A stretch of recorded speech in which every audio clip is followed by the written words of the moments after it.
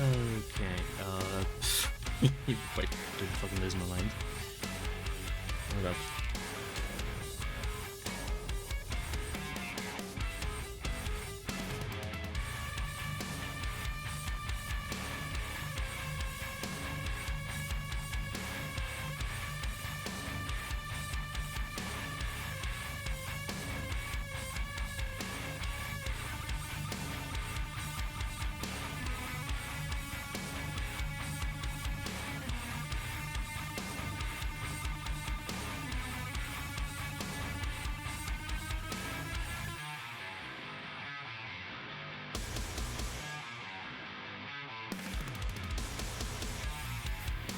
There we go.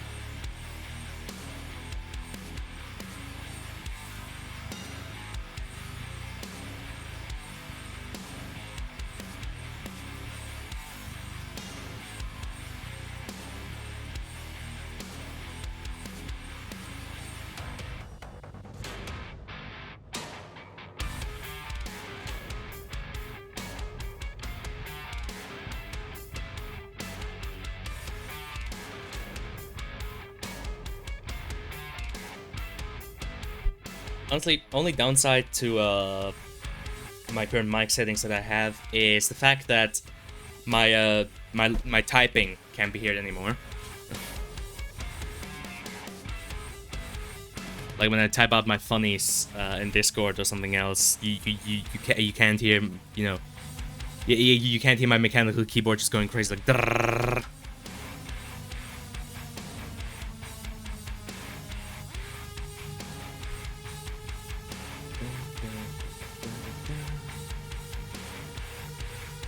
Yeah, Discord announcement is done.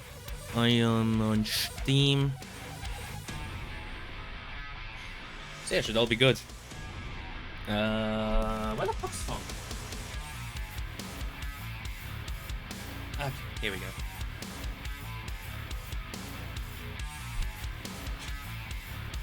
Gotta admit, getting Starfield sounded really enticing. To be fair, there's a few games on sale right now where I could see myself getting them.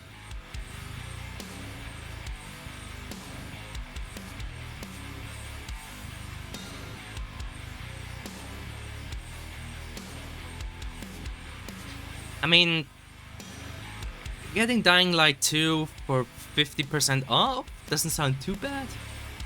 Yeah, on the other hand, the reviews say otherwise.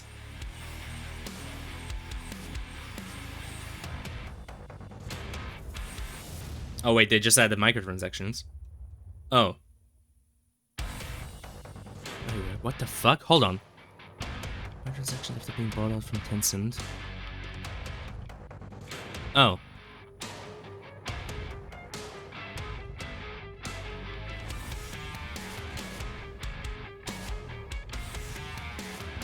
Oh. Oh, I see. Dying Light 2 has been fucking compromised. They added microtransactions. Oh.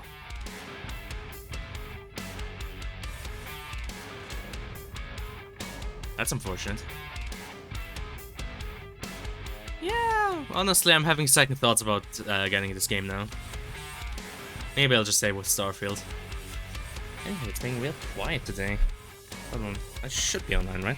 Let me quickly do a phone check. Just to be certain.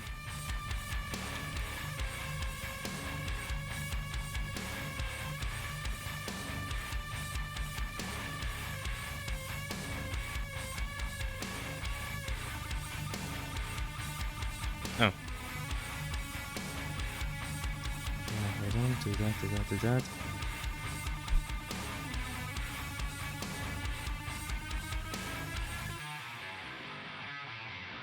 Also, can I just say the Dusk soundtrack is just awesome? I mean, it is Andrew Holsholt, and I mean, my man's pretty good at what he does.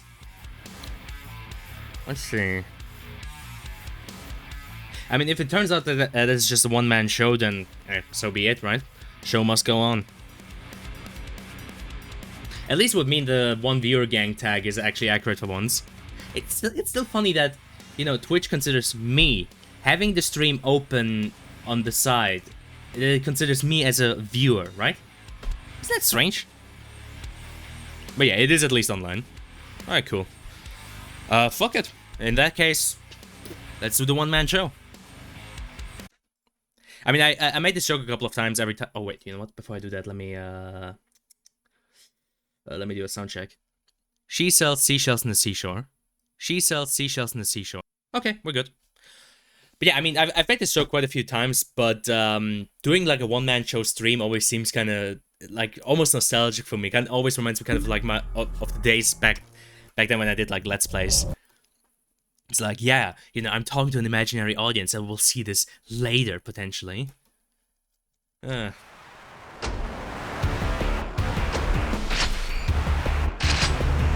Alright, audio seems to be fine.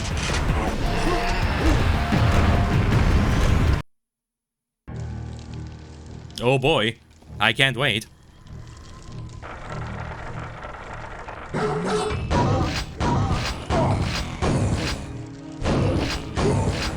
And we're immediately starting, good to know. I don't have explosives. Oh, for fuck's sakes, I don't have explosives! Oh wait, I do. Hold on. Oh I see, we're starting out good. Oh, we're not starting out good! Hold on. Maybe I should quick save. Okay, honest question though, why is the... Oh. Why would I want to bring him over? I guess to make it easier to kill him. Dude, why did I jump?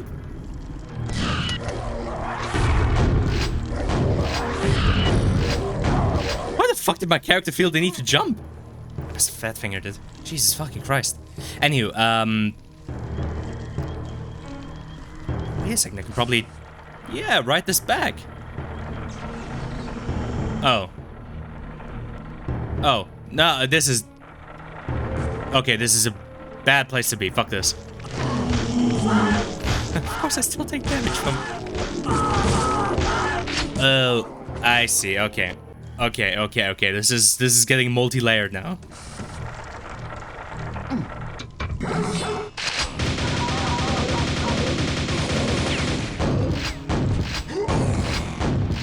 Starfield is good. I imagine so. Yeah, you got to play it from your dad's account?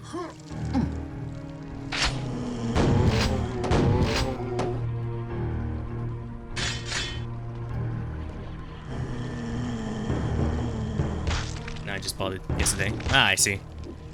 I mean, fair enough. Okay, small problem. I might have to... Yeah, okay. I see how it's going. All right. This means we gotta go fast. Because I need to get all of the water-related stuff done while I still have...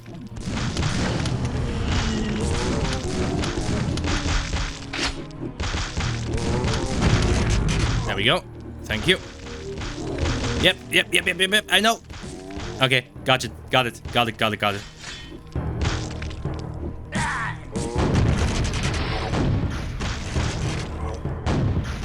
Alright, kill all the zombies. Okay, I mean, you know, we're doing semi-fine. Semi-fine if those assholes weren't around. Or the power of rocket launchers, I swear to God. I think they're dead. At least I fucking hope so. But I hate those four-legged assholes. But yeah, I mean, I was honestly considering if I should just grab Starfield today because, you know, I don't have to worry about school for a few days, and I've got a lot of free time ahead of myself.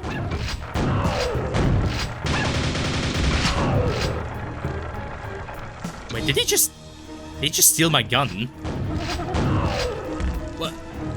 Yeah, it switched me off the double-barreled, and then when I killed him, it gave me back the double-barreled. Can they steal my guns? That's kind of fucked up, bro. What the hell? Anyway, I still don't have a key, right? No. Yes. Okay.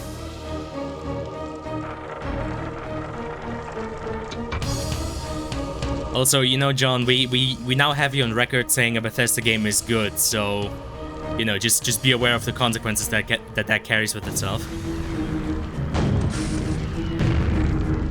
But I mean, considering that Starfield is just a straight up, you know, AAA single player experience, I mean, it was clear that people were gonna like it. Fucking, we're starved for anything AAA single player related. Oh, by the way, you wanna know something funny that I just found out, like, right at the start of the stream? Apparently, Techland, the guys who do Dying Light, added microtransactions to Dying Light 2 after they were bought out by Tencent. So yeah, I was actually considering getting Dying Light 2 because it's like on a 50% sale, and then I saw that. I think it's worth getting. Enemies of bullets, but perils of RPG, I guess. Oh, you're talking about Starfield? I was thinking on getting it anyway. I mean, like I said, at this point, if I don't get it, I'm just gonna get, like, spoiled by the collective internet because... I mean, there's only so long I can avoid content on it. That's pretty much the only issue of the game, though. Wow, okay, wowzers. From you, that sounds like pretty solid praise. Gotta admit. Considering you are Mr. You know, if it's not sourced, I gotta automatically hate it. Source. I mean, the fact that... I mean, you know, Todd Howard has always been a salesman, but from what I saw, the little bit that I saw about, you know, from like Bethesda talking about Starfield, it did seem like a big passion project for a lot of people there. So... Oh, for fuck's sake. Yeah.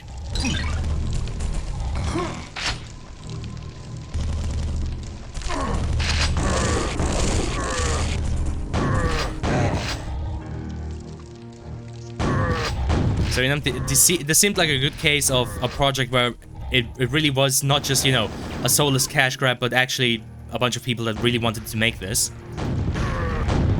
Plus, I mean, a single-player RPG in a sci-fi setting of that size... I mean, we've had, like, sci-fi CRPGs for a while now, but... I don't know, getting something like Starfield, I don't know when was the last time we got something like that.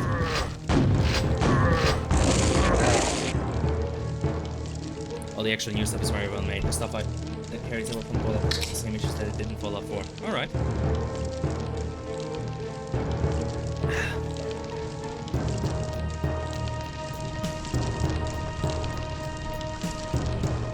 Also fun, or perhaps not so fun fact. Even though it's, you know, September, so, you know, technically speaking, autumn is starting. It's still pretty fucking warm these days. Like, today we had 29 degrees Celsius. Well, almost, honestly, in the sun, it might as well have just been 30. Pretty damn hot.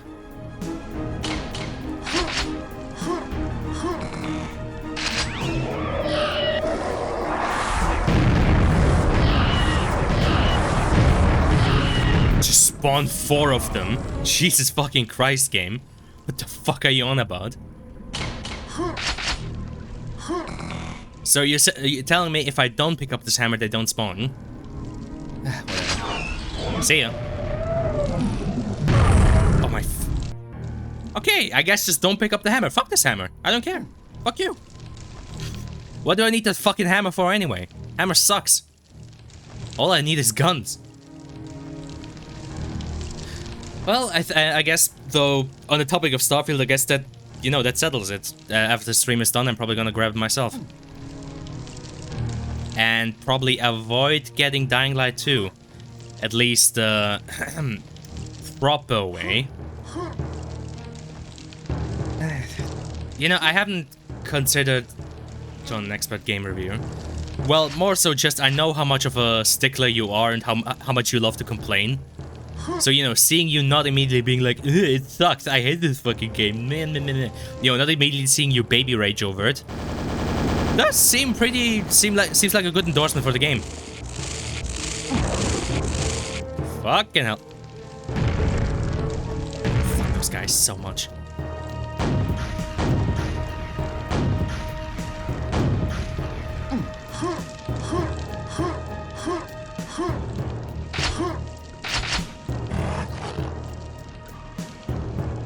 Lamo. Who the fuck put that guy there? It's like they wanted me to bully him.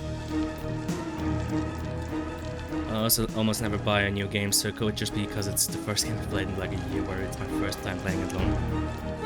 I mean, like I said, say what you want about Bethesda games, like even despite often the bugs, people still have a good time with them. And I feel like that's the one quality guarantee you do get with Bethesda games is you're more than likely gonna have fun with it.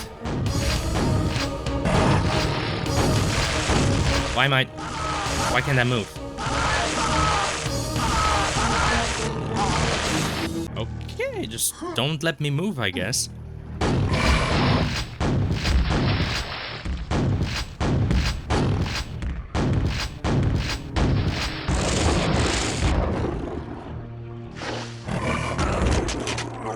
Oh, yeah, I forgot.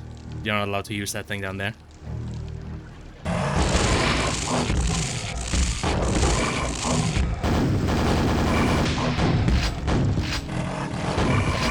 Okay! Jesus fucking Christ, game.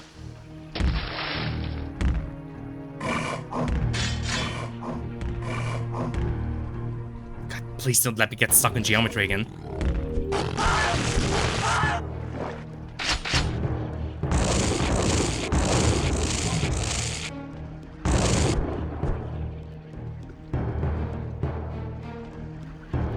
I still got some rockets left.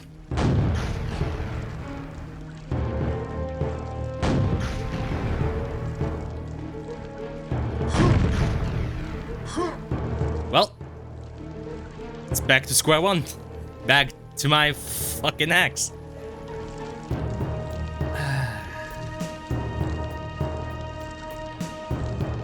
Sometimes I forget that I'm playing Starfield on Cyberpunk. Lol.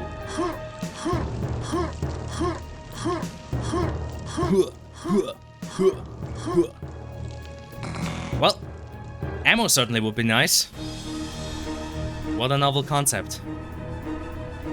That would certainly be pretty cool right now, having ammo for, you know, this first-person shooter. I mean, you know, I don't want to ask too much from this game, right? You know, I don't want to be like a fucking stick in the mud, you know. I know, what a concept, having ammo.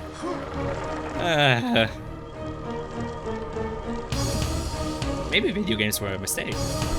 Alright.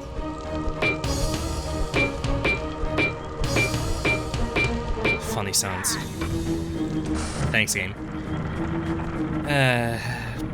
Oh wait, they I fucking knew it. I knew it. I was about to say, hey, maybe there's something up on the roof. Yeah, color me surprised.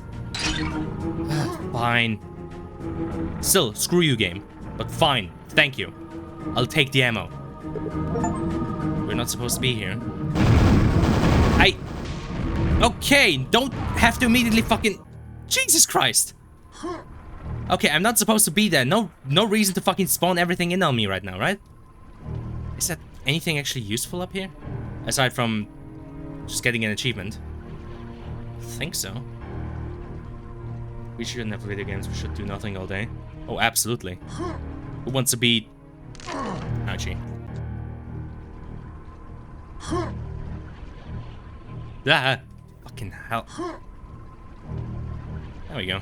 Who needs an elevator anyway, right? A little bit 1 damage. Probably also because of the armor.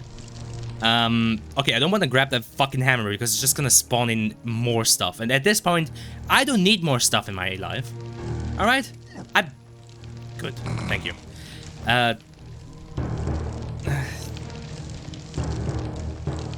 Just... like... What now? I've been through here.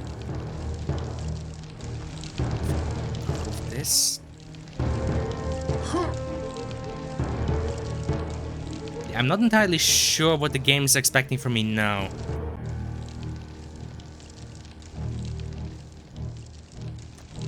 Like I said, upstairs only leads to that fucking hammer, and I don't want that piece of shit. It's just not a melee weapon, and the costs for it is a bit too big for my taste. Oh. Oh, I see. Well, let's see how long this lasts. I'm getting some ammo. It's not gonna be enough. It never is enough.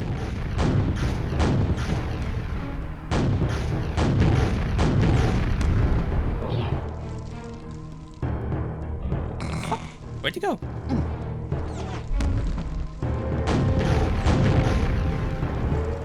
He's not dead yet. Hey, asshole, can you die already? There we go. God fucking damn it. Alright.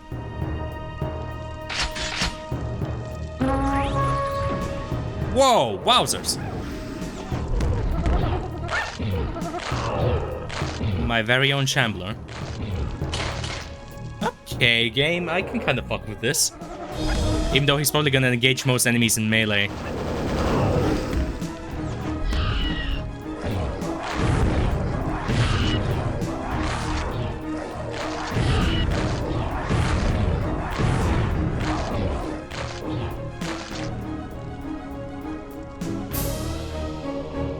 Fair enough. What? You know, I already know what's gonna happen. I am a psychic god. Therefore, I can see into the future. The moment this asshole dies, that thing is going to come for me. Also, I know Ball Scratcher, very funny. But again, I have the powers of a psychic god, right? I am basically omniscient at this point. The moment fuckhead here dies, this thing's gonna fly into my face. And it's probably gonna happen when I have, like, no health, and it's gonna insta-kill me. So, you know, just look forward to that.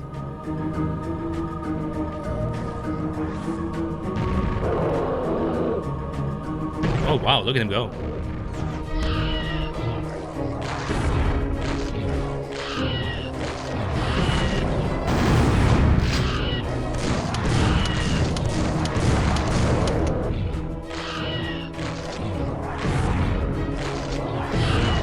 Fucking balls, Quake's Ball Scratcher 9000.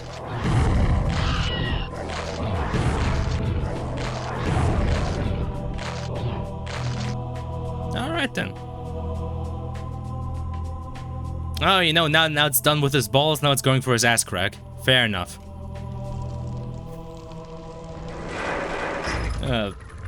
Boy? What?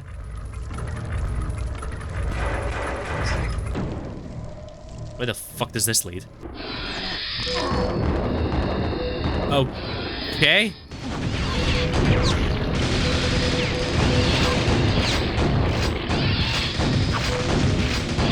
Help. Ah, for fuck's sakes, we've got another bot. Chatbot? Why the fuck would you ever want chatbots? Ah, jeez.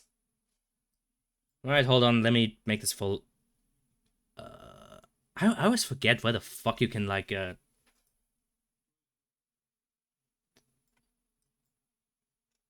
Oh, no, wait, I have easier solution. I can just, like,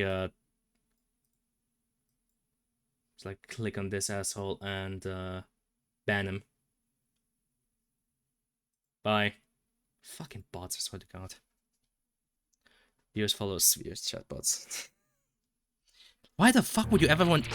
Like, okay, I know being a small streamer can suck, you know? It feels like, you know, you kind of have to almost make up your own audience at times and, you know, prevail despite everything. Right, like, you have to deal with the fact that, yeah, there's not that many people watching and you know, you're probably never gonna have as many people watching you as some of the big streamers do. I get that. But on the other hand, like, chatbots? Really? Why the fuck would I ever want fucking chatbots in my stream? That's like, okay, bother views, whatever, you know, number goes up, and if your monkey brain needs that, then fine, be my guest. But I feel like having, like, bother views is one thing, right? I still find it kind of sad, but if you need that in your life, sure. But, like, bother chatters? That just seems incredibly fucking sad to me.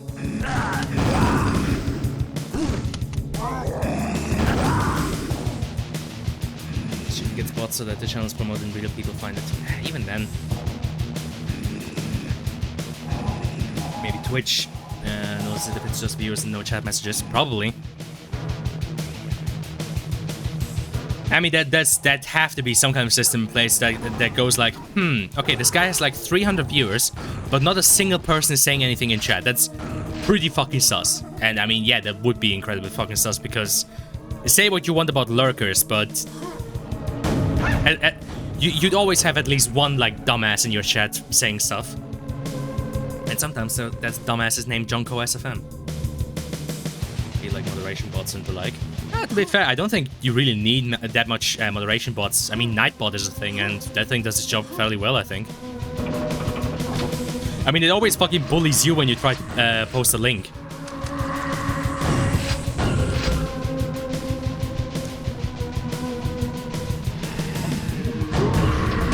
Oh my. Can't we just delete these fucking, like, balls from the game? Can we just like, delete them? Can I go into the game files, go to the, you know, the folder where they're in, and just, like, press Control Z? Just having them in the game was a mistake.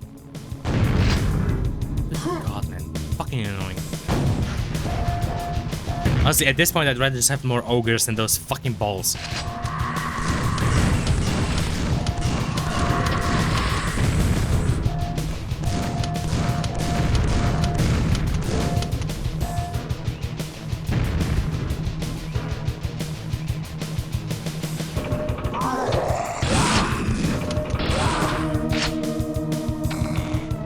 Oh, he's dead. Okay. Says you hate balls, bro. I think it's actual Twitch.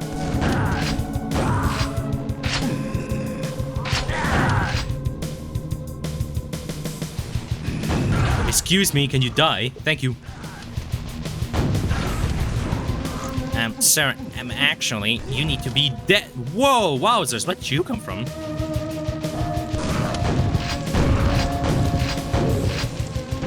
Okay. Fair enough. Fucking ogre jump scare. Why though? Oh, he might have fallen down from the elevator or something like that? I don't know.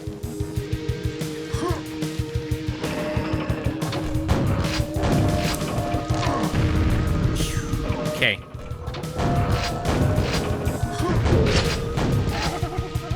Ah, shit. Not... Oh, no, wait. No, that's not what I think it is. Like, at first I thought it was another one of those four-legged cunts. I swear to God, just took the Revenant and made them worse. God damn it.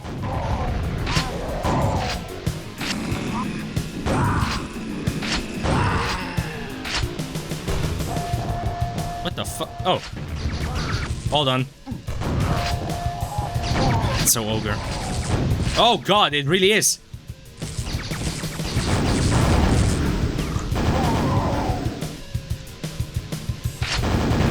Okay, got them.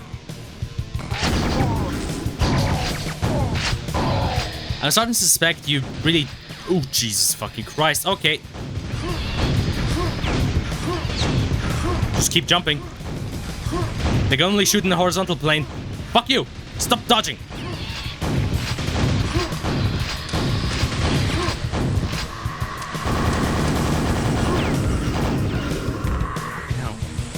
I mean, fair enough. That was a pretty straight fight. I like that.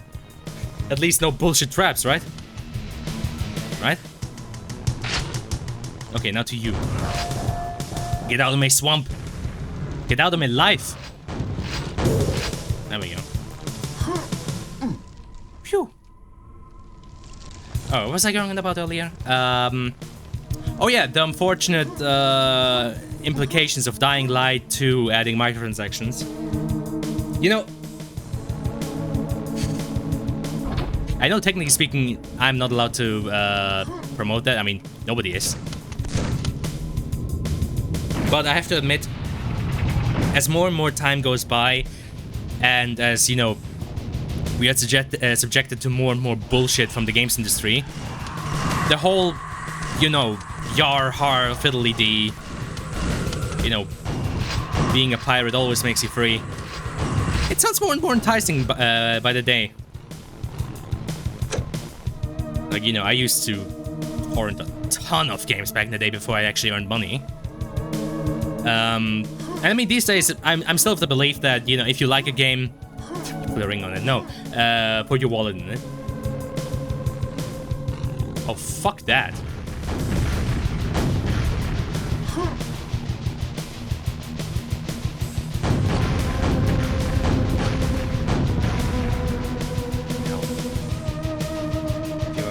You could wear a big tricorn hat. True, and you can like have an eye patch, and you know you can like, you know, you can act like you have a peg leg, and you can say "yar" all the time. "Yar, my mateys! Ah, the waters do be." I don't know.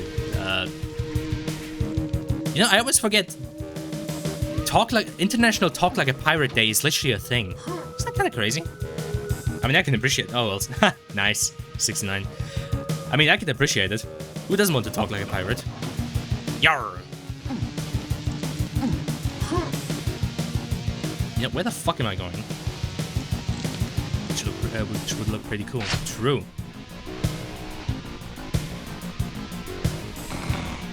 Who doesn't want to dress like a pirate? More importantly, though,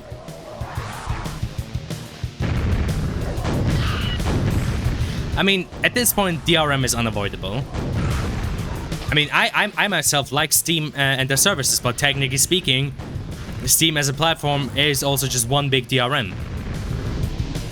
You want to play these games? Well, guess what? You need to be logged in on Steam, which, I mean, a lot of us have learned to deal with. You know, a lot of us are just like, you know, all of my games are on Steam anyway, so what difference does it really make? Which, you know, it's fair to say.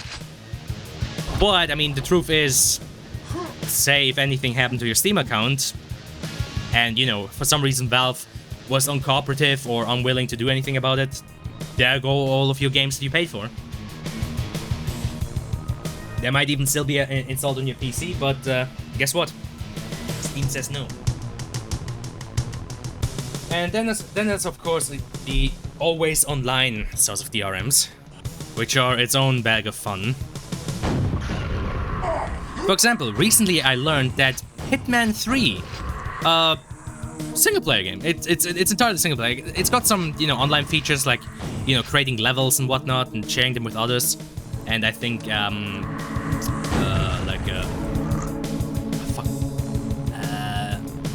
scoreboards and shit like that, you know? But other than that, it is basically just a single-player game.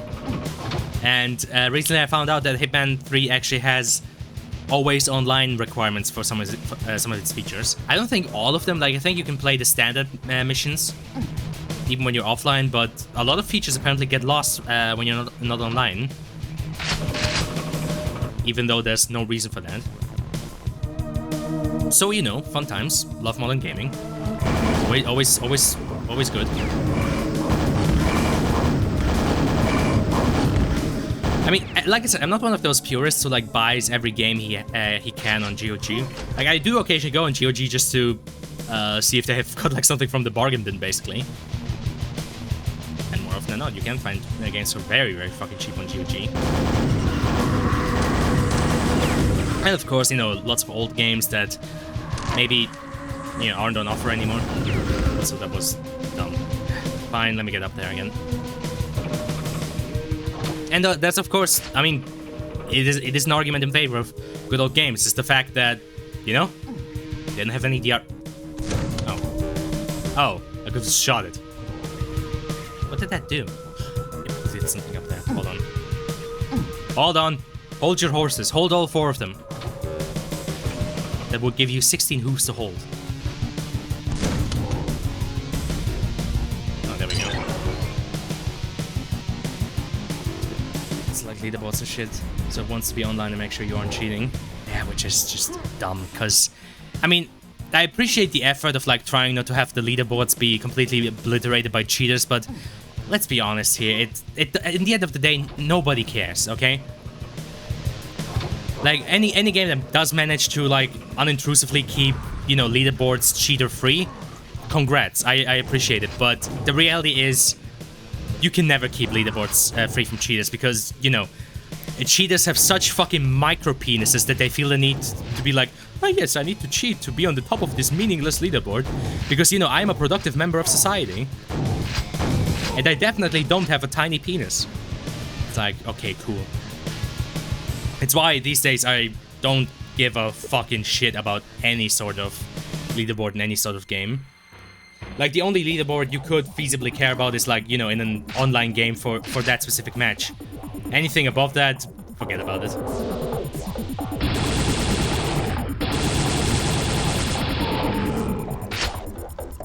It's just not worth it.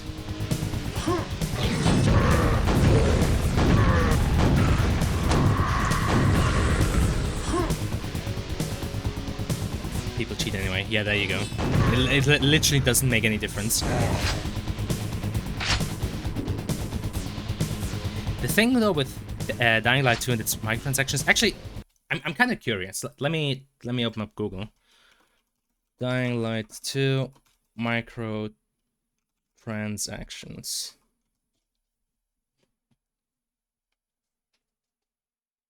$37 minutes ago, Jesus. Dying Light 2 microtransactions outrage sparks response from Techland.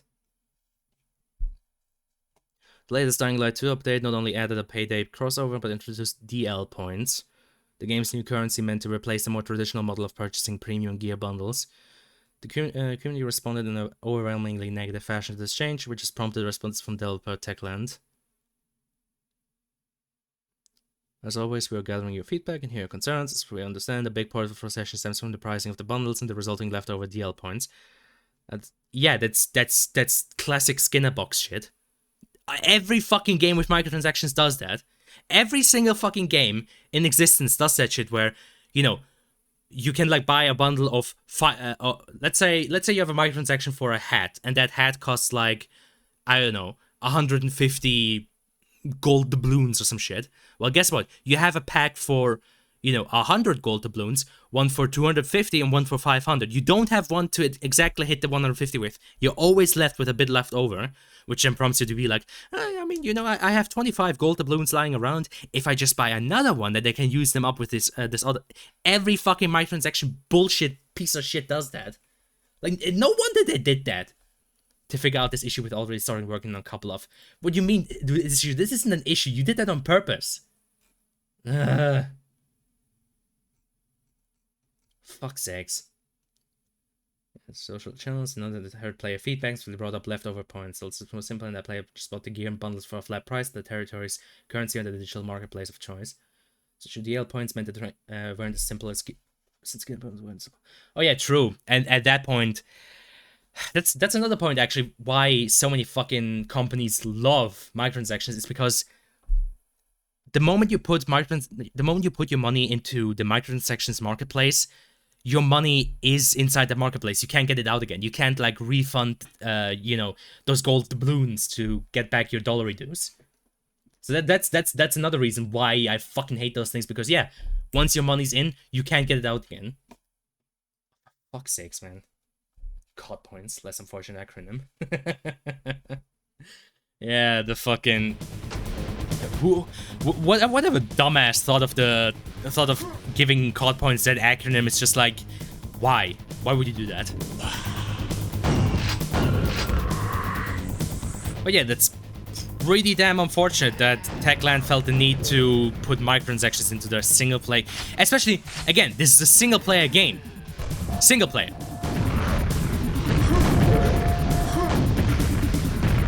It's like, I mean, I never liked all of the DLC in Dying Light 1 anyway. Like, all of these different skin packs and be like, oh yeah, you can have, like, this t-shirt and whatnot. I just never understood why they need to put in this much DLC into, again, a primarily single-player game.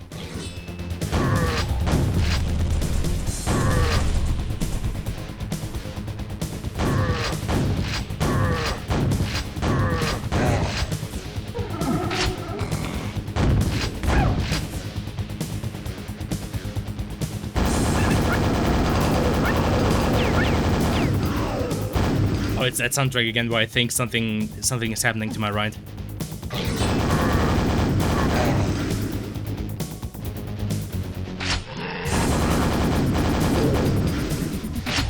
Honestly, all this does is just make me reconsider actually even spending any sort of money on Dying Light 2, gotta admit. Because, I mean, the unfortunate fathom the existence of a theoretical person who wants their gun to look like shit in a single-player game, I don't understand it either. Like, customization in single-player games does make sense, especially if it's like a, you know, if it's a game where player expression is a part of it. Like, if the way you express yourself in the game by either how your character looks or or how your guns look, that makes sense, but why make people pay for that? Just, like, fucking hell, make it part of the progression.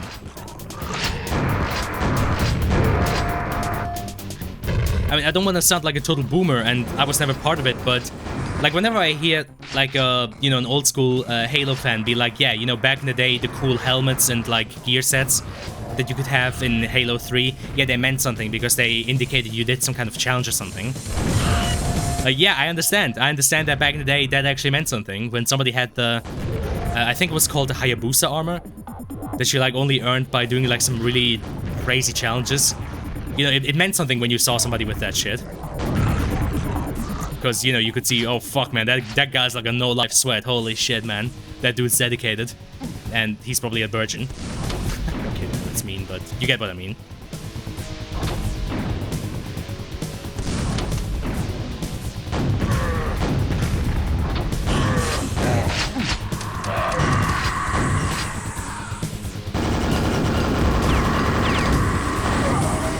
Sakes.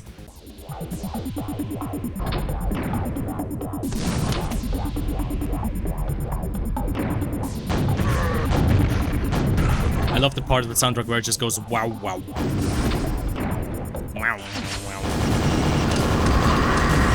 Flying enemies suck donkey dicks. At least the annoying ones. Well, as long as I got the wetsuit.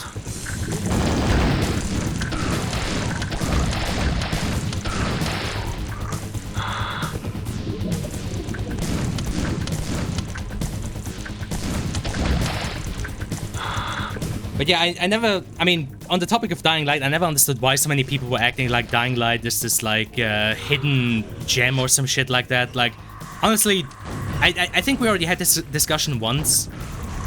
But yeah, I was always of the opinion that if somebody came along and actually did what Dying Light does, you know, parkour and zombies and open world, if anybody came along and did that way, way better than what Dying Light does, then the game would become irrelevant the very fucking second that happened.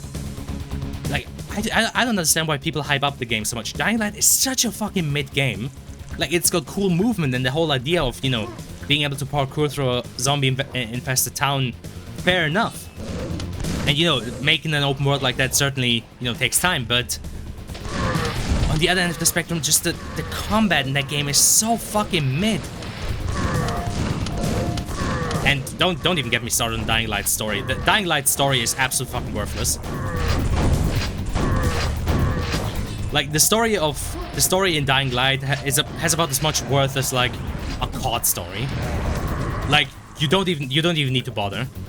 Fuck's sakes.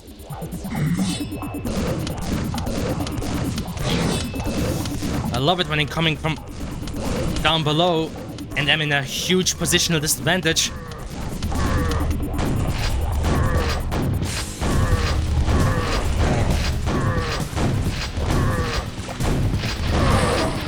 Fuck's sakes. Fucking asshole.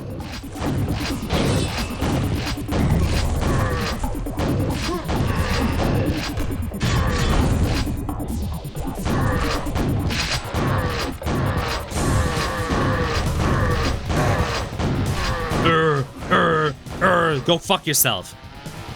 Fucking hell. Fuck you. Fucking hell. Kinda, Dying Light kinda sucked, TBH. Yeah, I know. In a multiplayer game, then you can brag that you're rich. Other than that, I just don't understand it at all. Yeah, me neither.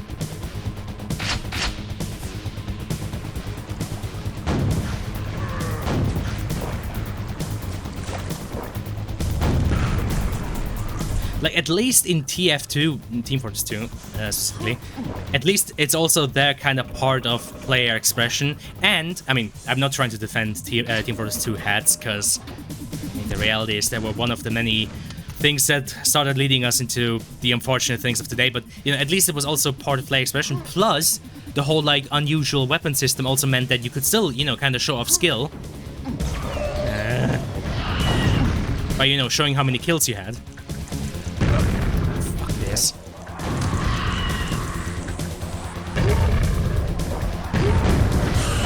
Yeah, man, I'm gonna make the most annoying enemy in this entire fucking game by having him shoot projectiles that track you the entire fucking map along. Have you noticed yet that I fucking hate those enemies? It's not even with like the. It's not even as with the Doom Revenants where you can just, you know, fight them by just, you know, outstrafing the fucking rockets. No, it's literally just, yeah, we fucking, you know, we track you across corners, lamau. Fucking annoying. Anyhow. Only one more to go. What? Ah! Okay. Annoying enemies in a 90s shooter. No way, bro. Speaking of annoying fucks that need to die. Shit.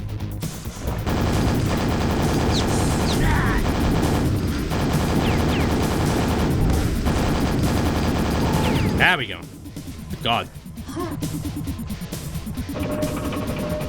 But yeah, Dying Light, honestly, the best praise I could give it is that as an entire package, it's kind of mid. Like, it's serviceable, its combat is okay, even though it's fucking retarded at times. Its map is fairly okay as well. Like I said, the whole, like, open world zombie aspect of it is pretty cool, as well as the parkour. But, I mean, other than that, I mean, like I said, the story is completely fucking worthless. Like, Dying Light's story is just such generic fucking tropey shit. That I honestly would not even feel bad if somebody just skipped all of the cutscenes.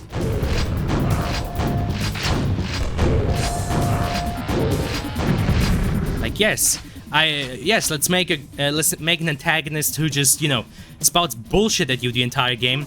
The game never lets you kill him. Oh, and also, you know, just to show how much of a bad guy he is, he's constantly, you know, we're constantly gonna show how he kills his own guys, because, you know, that's not an overused fucking trope. You know, it's not like every fucking bad story in existence does that exact shit. Ooh, I'm gonna show how evil he is by having him kill his subordinates. Ooh. You know what's the most annoying part about that? Okay, let me go on a quick, like, tangent about storytelling. The ground zero for that trope, it probably wasn't, but I always associated with that one scene from The Empire Strikes Back, Star Wars, where, you know, Vader chokes out his admirals for fucking up. The thing is, though, that was the point. Darth Vader only ever killed his subordinates when they messed up, when it was clear that they, you know, failed him, when they were incompetent, shit like that. Like, the consequence of him killing somebody was because they failed him. I mean, it's literally one of his most famous lines. You have failed me for the last time. Did you see that? The thing bled. What the hell? So, the fuck did I achieve by doing this? Anyway, so, like, the first problem with this fucking dumbass trope is that, you know, all of them get it wrong. It's not that the bad guy just randomly kills some dude. Like, you never see Vader kill a stormtrooper or anything like that, because it's not about that. It's about sending a message that, you know, incompetent officers or officers that don't follow his instructions or fuck up are not going to be tolerated. Like, you know, the average troopers, who gives a shit? You know, they do their jobs. They're not responsible for, like, fuck-ups in the higher level. But, if, you know, if some dumb shit admiral comes in too close to a rebel planet, and, oh, shit, whoops, they notice us so much for stealth, yeah, then he's gonna get his neck cracked. So the first problem is, okay, you totally misunderstood the ground zero of this fucking trope. Well done. The second problem is, it's just so fucking dumb.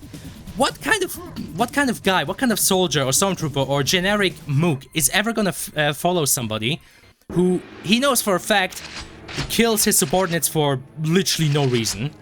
Like, okay, let's say I'm no-face Mac bad guy, and, you know, I'm sitting there in the army of the evil overlord, and, you know, I see, oh shit, the evil overlord is you know, he's confronting our enemy, the hero. And then I see, you know, my overlord just, like, gun down Harry, you know? Harry from accounting, he's a good guy, I liked him, I went out for drinks with him. But, you know, the evil overlord just felt like gunning him down just to show, haha, I'm so evil. Do you see Harry over there? Bang, he's dead. Am I really gonna follow that fucking guy?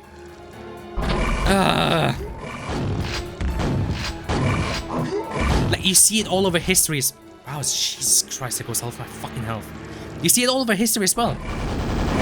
Like, you know, people like to bring up, oh, you know, the Romans, they had the act of decimation where, you know, every 10th man will be killed.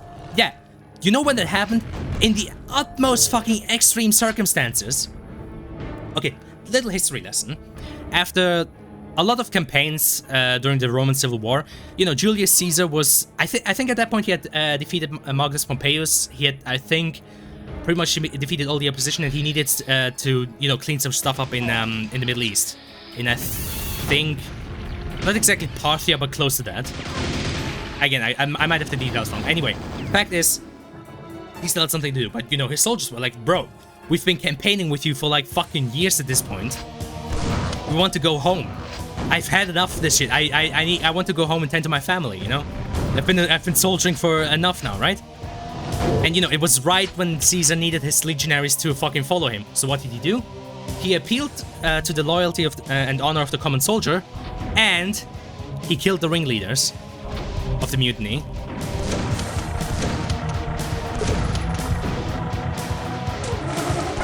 Like, that is a moment where a lot of people would have, you know, would have understood Caesar being like, okay, guess what, fuckers, we're doing decimations.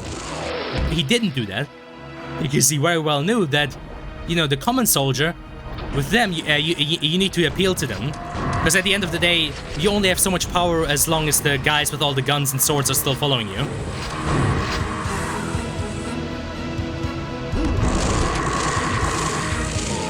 It was the ringleaders who led the mutiny that needed to die. Again, the fucking Darth Vader principle. Killing officers because they're incompetent, fair enough, it makes sense, especially if you know, if you want to lead by the fear of, okay, I'm an officer, I have a bit more power, but if I fuck up, he's gonna literally break my neck. Fair enough. But killing random mooks is not gonna achieve shit. Because again, what does no-face bad guy have to do with anything?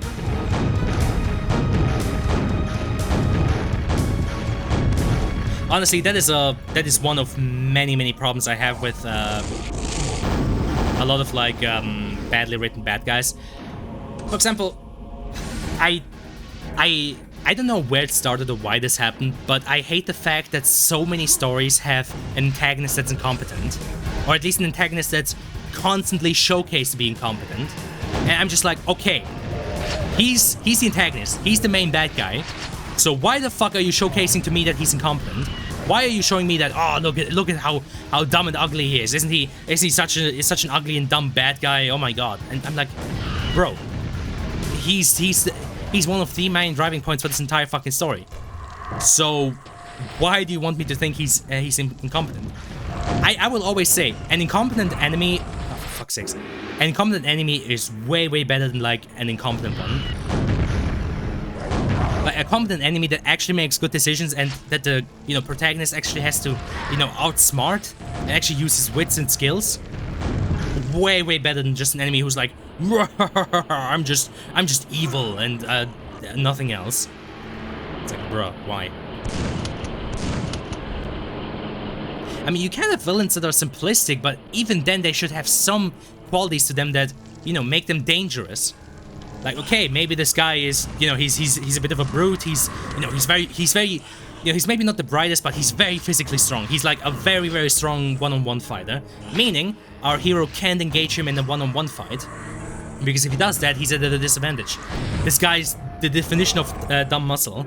He's got more muscles than he got brains, and so if you try to take him on in a straight fight, guess what? You lose. So what do? Well, guess what? Now's the time where you have to outsmart him. We have to go, yeah, I'm not gonna fight you in an honorable one-on-one duel, because guess what? You're gonna rip me in half. So instead, I'm gonna use tricks, or I'm gonna, you know, shift the situation to be in my favor, or something at least. Like, I so often have the feeling that a lot of writers are just fucking lazy. Like, I don't know. Oh, hey, Mopey Bloke. Sometimes you can have an incompetent enemy for funsies in the game where your main issues are caused by something else. True, absolutely. Also, incompetent people can cause problems that you can't solve. Absolutely. To clarify, I'm also talking about, like, the main bad guy. Like, henchmen that are incompetent, I do agree with you. That can absolutely work. Like you said, especially if you're doing it for a more comedic tone. It's just that the main bad guy should at least be competent in some aspects so that he can actually pose a feasible threat. Because if he doesn't, it's kind of, you know, I feel like it's kind of boring. Also, hi Mopey Bloke, welcome to the stream. Sorry if I didn't see your message at first. But yeah, I don't know. Sometimes I feel like a lot of writers are just... Sometimes I feel like a lot of writers are kind of just lazy, because to explain my writing style, I love to come up with new problems for my protagonists on the spot.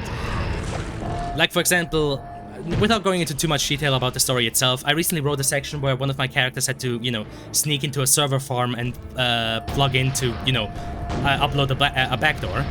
So I'm like, okay, you know, the challenge is getting into the server farm, getting in there unnoticed, and, you know, finding the place to plug the, you know, the backdoor in. Fair enough. But then I thought, yeah, but what if, you know, what if somebody had already done that earlier? What if, you know, it turns out, oh shit, somebody else has already installed the backdoor, and now the alarms are going off. Like, I don't know.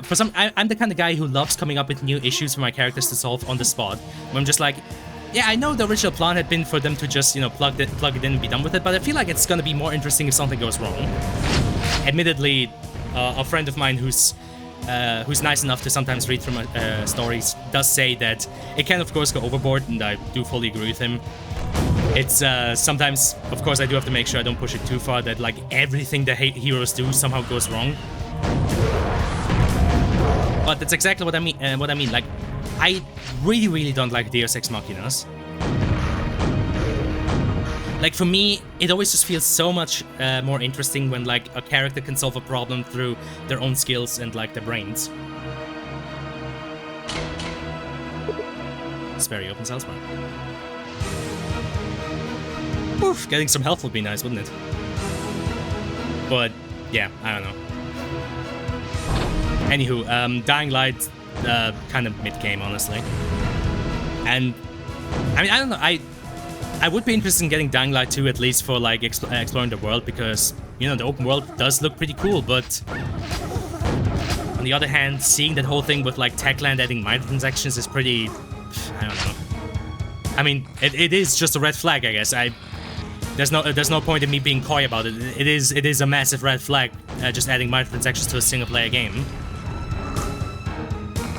I mean, again, Dying Light's DLC model was never something that I was particularly fond of. Like, I never understood why a single-player game needs, like, that many skins and, like, unique weapon skins and whatnot, all that bullshit. I never understood why that was necessary. Ugh. Oh. Well... Oh, I see. What? Okay, so that's still open, right? Yeah, okay, hold on. Just so I don't use up the quad damage before stuff spawns in. Because I know for sure that I'm gonna need it. I'm gonna fucking need it. Whatever's coming up right now. Oh.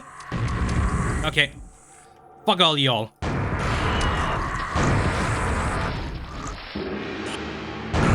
Shit, I knew it. I could probably just... Yeah, I could probably.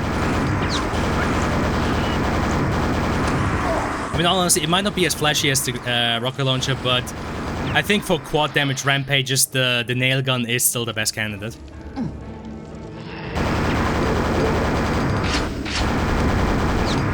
Yeah, just because you get to do that, right? X skins are very important, so they can charge you for them. Exactly. It's, again, not to sound like too much of a boomer, but, you know, back in my day, we could earn skins by, you know, doing cool shit in the game, right? Like, I mean, I don't know if you were for that, if you were around for that, Mopey, but back, earlier I mentioned Halo and its progression system, specifically Halo 3, like, I'm pretty sure it was the Hayabusa armor that, like, a lot of people said, "Whoa, you're a cool fucking dude if you got that, because it means you did some, you know, some really fucking hard shit."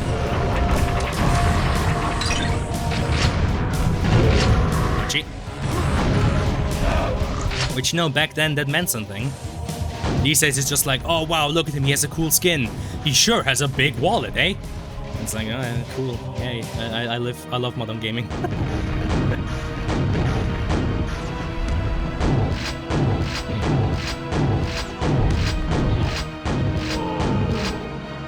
I mean, I guess I can say I shouldn't sound too much like a boomer, but I'm literally playing a game from the 90s. Well, a port of a game from the 90s.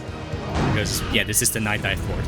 And, like, I mean, I've mentioned it a few times now on previous streams, but yeah, this, I guess, port or maybe remaster? I don't know what exactly I should call it. But, yeah, it plays fucking fantastic. Works like a charm. And I think I've only had, like, one bug happen when I was, like, crushed by a rock. And that's it. Hardly played games where you could unlock extra things back in those days. Or today. I mean, that's fair enough as well. Like, what I can say in favor of at least unlocking them through player merit is, you know, it was another part of player expression, right? Like I said, it showcased, whoa, that guy is really fucking dedicated. And maybe hasn't showered in a week. I'm not gonna wait. Oh boy, I can't wait. Man, already an hour's gone by. Jesus. Oh fuck, are we having an actual boss battle? Oh shit! Okay.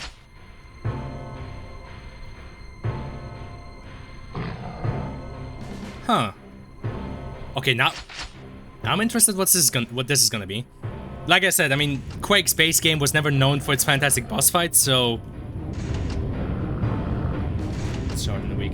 Be a good name for a platinum trophy. True. Funny you should mention that. Hotline Miami, a game where I've gotten all achievements. Its achievement for getting all achievement, like its platinum achievement, is Get Alive. Or, no, sorry. Its achievement for getting every achievement is Achievement Whore.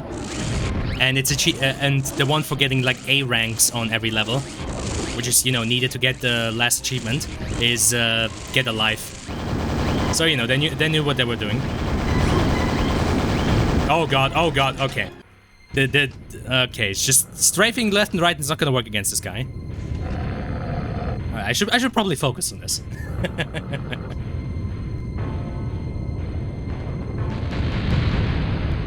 There we go.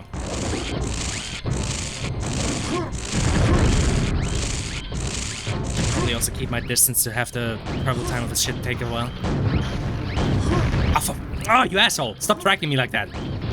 Or predicting me, whatever.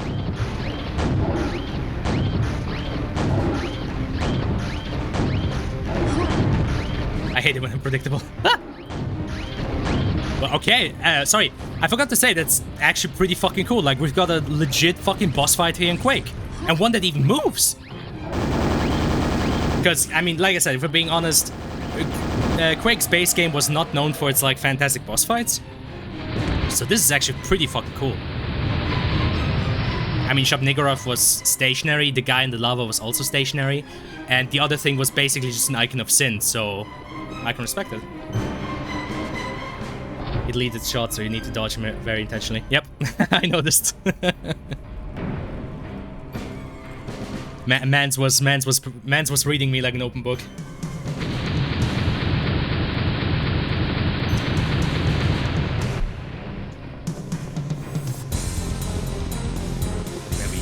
ending cutscene.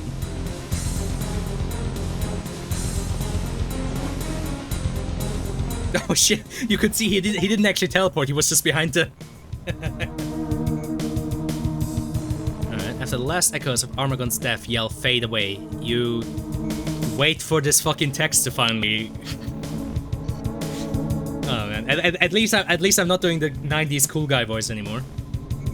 You breathe a heavy sigh of relief. With the loss of his magic, Armagon's fortress begins to collapse. The rift he created to send his grisly troops through time. Slowly, with the keyword being slowly. Cool camera shake, lol. Yeah, I know. Slowly closes and seals itself forever. Hey, you know what? Little editing trick, or more so advice. Don't do what Quake does, cause you see how the white text just disappears behind the light sources. Always add a black border to your white text. If you use white text or honestly any text, always add a border, especially a black border, like in this case. In the chaos that follows. I have no clue what that says. A wall collapses, revealing one remaining time portal. With your chances to escape rapidly growing slim, you race for the portal, mindless of your destination. In a flash of light, you find yourself back at the Command HQ, safe and sound. Me when I sine wave. Congratulations, you are victorious. The minions of Quake have once again fallen before your mighty hand. Is this the last you will see of Quake's Hellions? Only time will tell. And you add black borders, goddammit. Alright. Cool.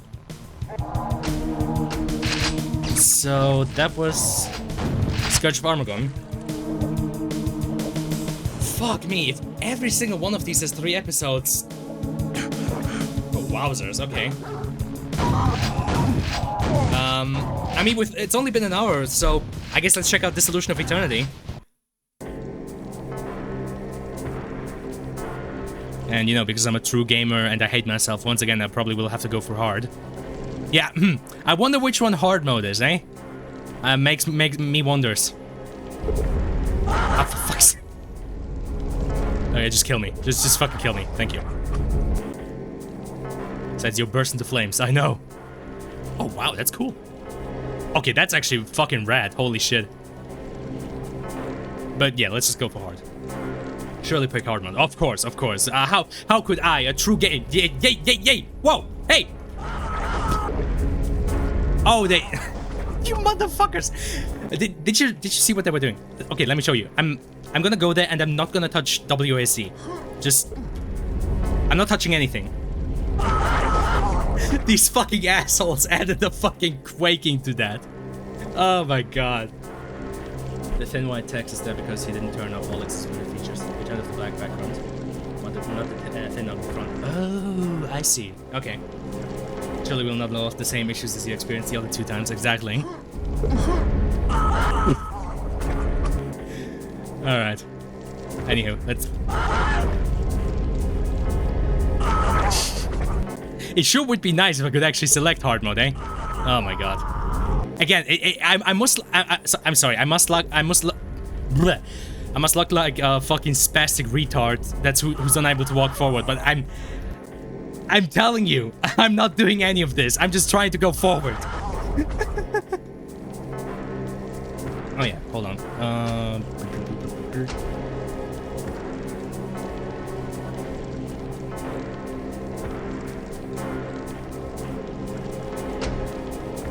Oh! This also has the classic font. Well, that's cool. I see. It's the alternate typeface. Oh, wow. Yeah, the old one is actually way better. What the fuck? Oh, cool. Alright. Yee. Ha! Gotcha! Fuck you, game. Alright. Let's go. Bunny hop across. Yeah, I don't know. I guess I just got good in those 5 seconds.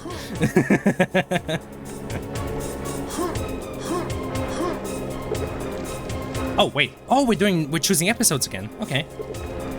All right. Hell's Fortress. Oh boy. I can't wait for me to die a couple of more times. Alright, let's fucking go. I mean, to be fair, the very first levels are You know what? I just jinxed myself. I was about to say the very first levels are usually fine, but because I said that now, it's gonna be the worst. It's gonna be the worst time of my life. All right.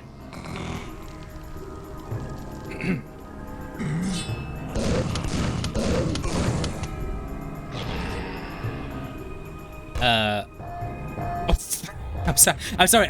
I kind of just lost track what the fuck I was talking about earlier. Oh god, what was I going on about earlier? Yee.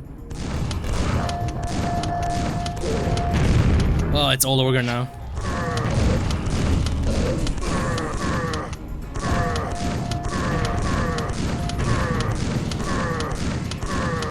Die, die. All right. This one has only 2. Oh, okay. That's actually, I guess good. Yeah, that's. I have to admit, if every like, I guess they're expansions. If every expansion had like 3 episodes, that might get a bit much at this rate. Like I said, I'm not even sure if I want to or can stream all of them. Considering at one point I might run risk of just being quaked out. Game, can I please get my guns back again? I kind of feel naked with just having the standard shotgun.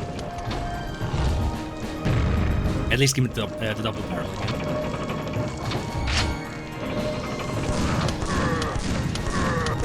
Now die!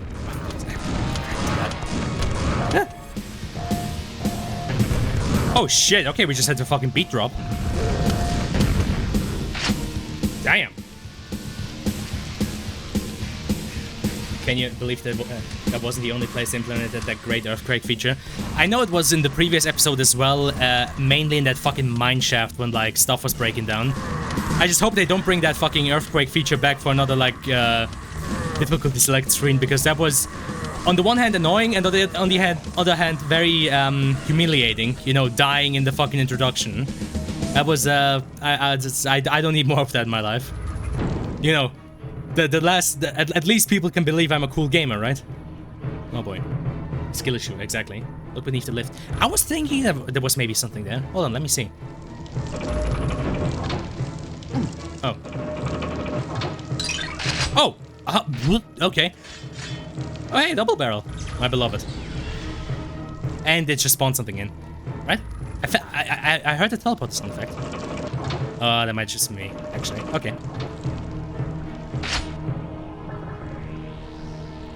Oh boy, I can't wait to have full health again. He's clueless. Alright.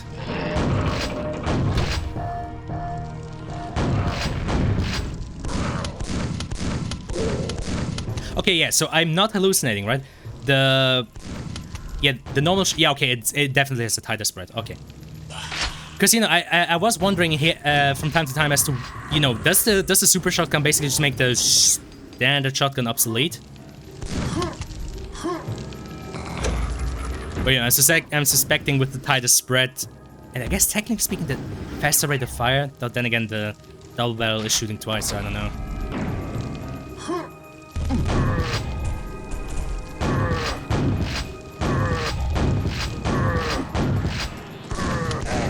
There we go. You went through a teleporter. Yes, I thought so. It's just, I'm sorry, okay? That fucking sound effect is giving me PTSD at this point, alright? After all of the fucking traps in the base game in the last expansion, you're gonna have to excuse me if I'm a bit nervous when I hear the teleporter sound effect. Oh, the standard shotgun's better at range. Okay, that's what I was thinking. But good to have that confirmed. I fucking know. Yes, thank you, game. Everything is locked.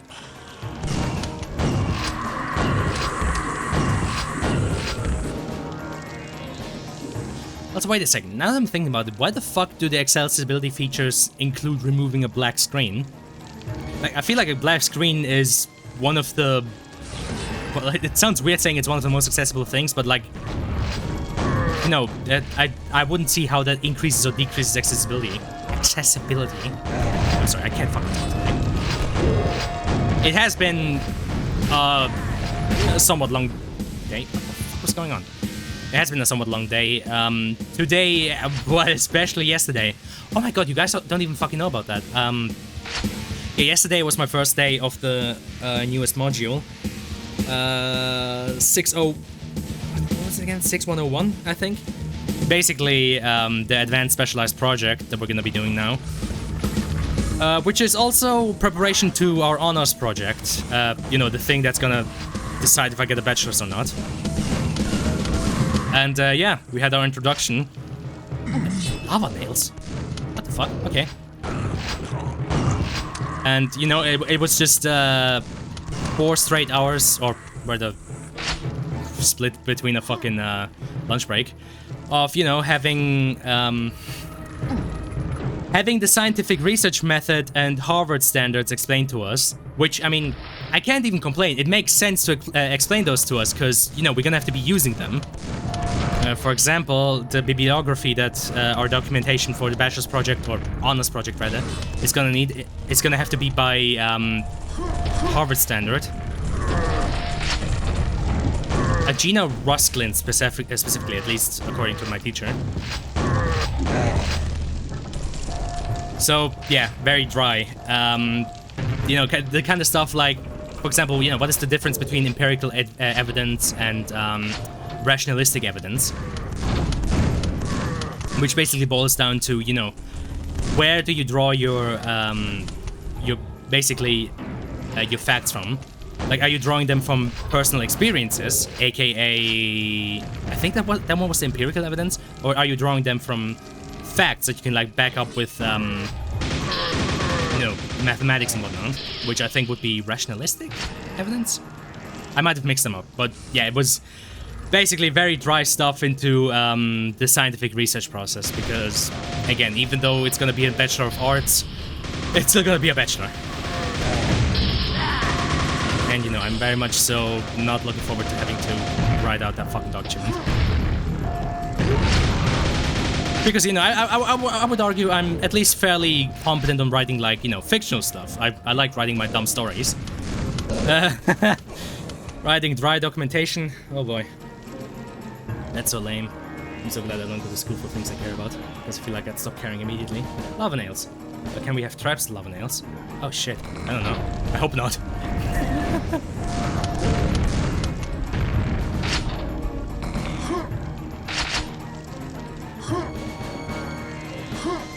But yeah. You've opened a secret. The question is, where? Did I do that? More so, where the fuck is it? Oh, right there. Power shield. I'm just gonna assume it's temporary like every other power up, and I'm just gonna haul ass.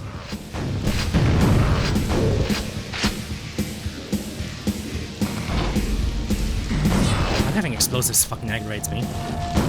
Gib rocket launcher.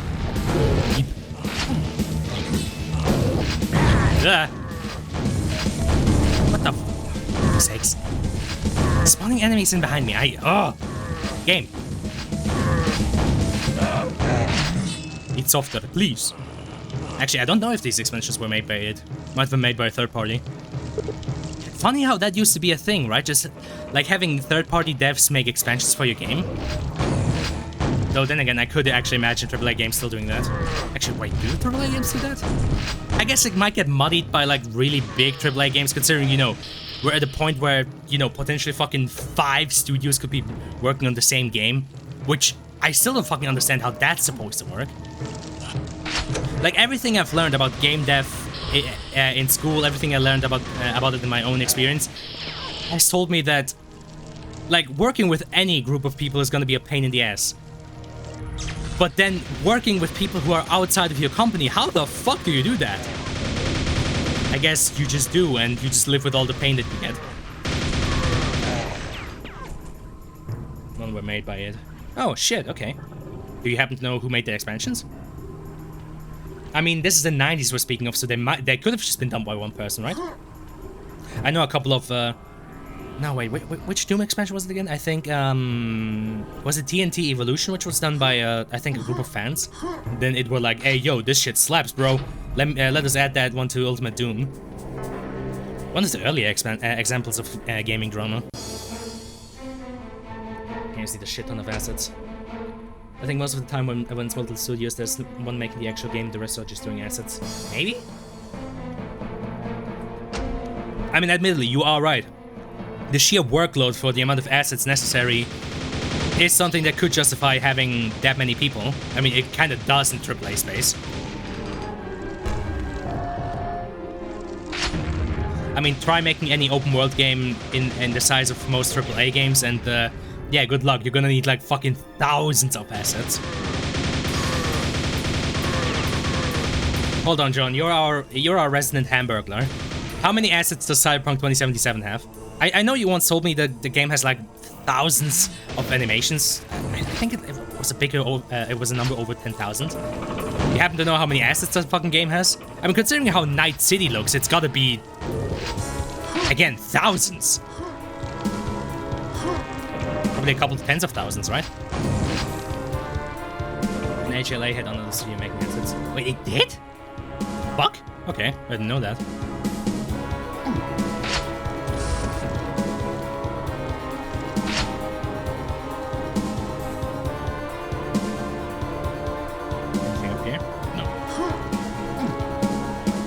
Alright. Wow. Okay, damn, just listen to that music. Holy shit. Alright, I would argue that's the kind of music that a boomer shooter deserves. I think we're definitely in the right territory at this point.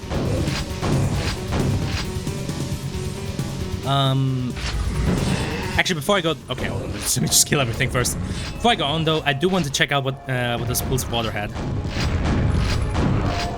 Probably nothing good, right? Sakes. My kingdom for a rocket launcher. Swear to God.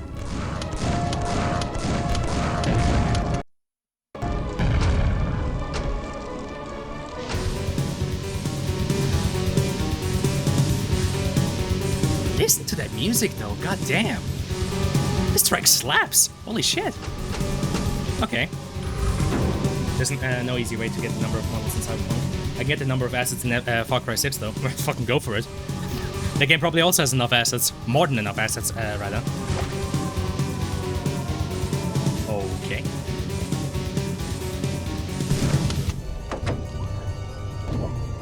Oh, because I've gotten the quad damage down here. Alright, fair enough. Scourge of Armagon was made by Hypnotic Interactive. This is made by Rogue Entertainment. Rogue Entertainment.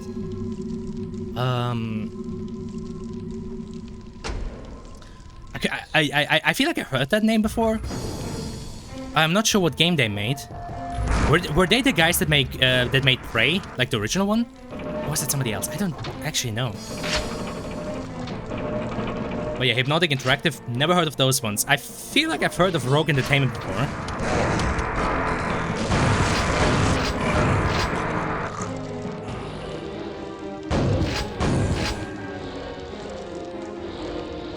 Maybe it was something else. Dimension of the Past was made by Dirk Gustafsson from Machine Games. Dimension of the Machine was made by a group of people at Machine Games. Oh, cool. Okay.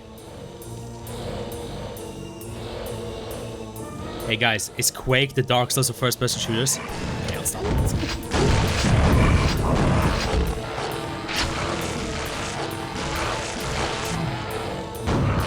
I mean, considering my tendency to die in this game, you could make an argument for that.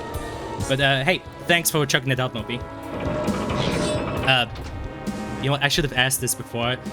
Mopey Bloke, can I just shorten your name to Mopey, or do you want me to say the full one? You know, I don't want to fucking misname you or anything.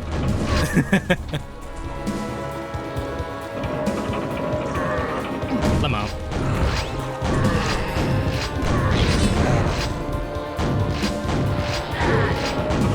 Yeah, I could just call you a bloke, mate. Okay, no, I can't do a British accent. I'll stop. Oh, this is the Quake of action RPGs. Let's fucking go. Ouch. Woo! Ah! Okay. Is it just me, or does this episode have... does this expansion have way more infighting than the last one?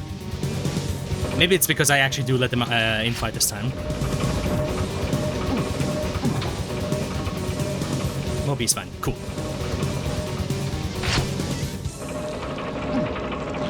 Oh boy.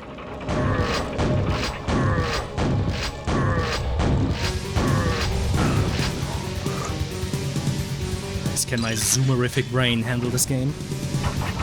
Then again, I don't think I'm a zoomer, right? Like 97. I know I might not be a millennial anymore, but or am I? I don't know, man. The fucking like classifications of different generations are whack sometimes. Like legitimately, I've seen lists and like things that said that oh yeah, everybody born before 2000 could be counted as a or, like everybody born between 1990 and 2000 is a millennial. I've seen others that like say everybody born before 1995 was a millennial, or rather between 90 and 95. I've seen others like oh yeah, everybody born between like 89 and 97. It's like it's fucking whack.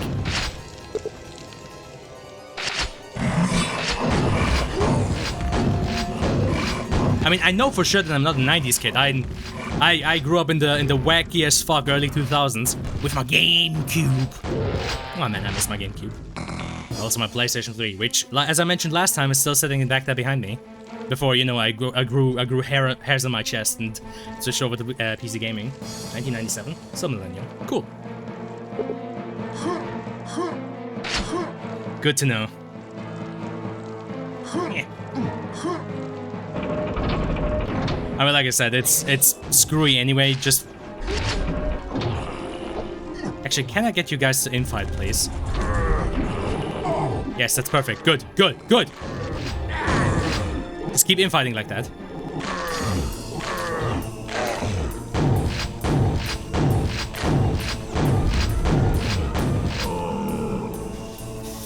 I survived that, kinda, even though all of my fucking armor is gone. Anywho. What? Oh.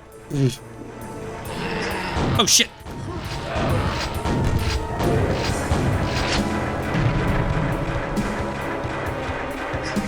Okay, that's really creative, I guess.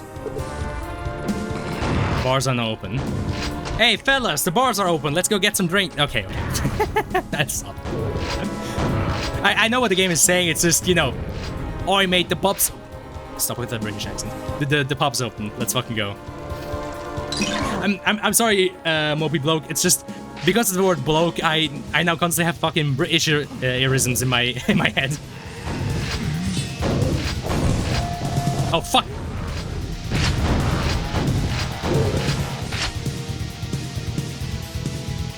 Man, I wish I was able to do voices. That'd be fun. GameCube, the rich Nintendo kids. I mean, yeah, it was. I mean, I did play quite a bit on the Nintendo 64 before that. I think, basically, already it was my brother's Nintendo 64, which I then basically inherited after he... I don't know anymore. I think he just lost interest in it. If I remember correctly, it had Ocarina of Time, Majora's Mask, and Mario 64 on it. Oh, Jet Force Gemini, I had that one. Why did they give the ogres cluster grenades? What did I do to deserve this?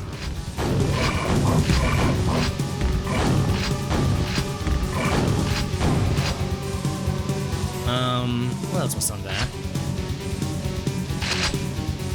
Whoa, what the fuck? Multi-grenades? Whoa, shit! Okay, now I do have cluster bombs. Cool beans. Huh, alright. Really brainy, what the fuck else was in that console? Or rather, on the one I owned. Oh, I can't remember for the life of me. Like I said, Ocarina of Time, Majora's Mask, Mario 64, and Jet Force Gemini, those ones I'm sure about. Oh, fucking Donkey Kong 64, of course, and whoa! Whoa! What the fuck? Whoa, whoa, whoa, whoa, whoa, hold up. Time out.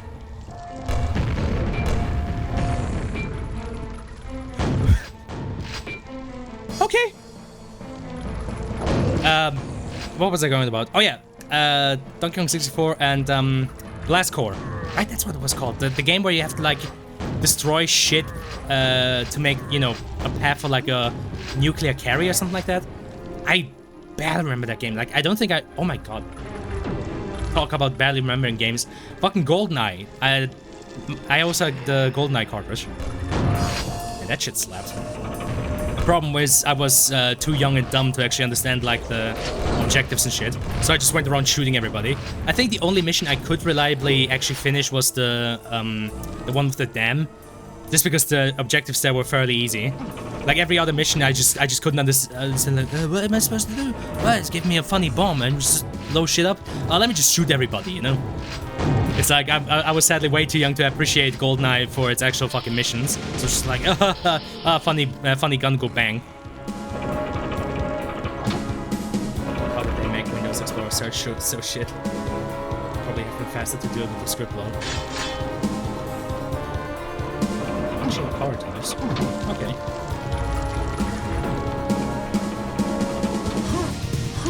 Yeah, Last Call, GoldenEye, Gemini, the two Zelda games, Donkey Kong 64.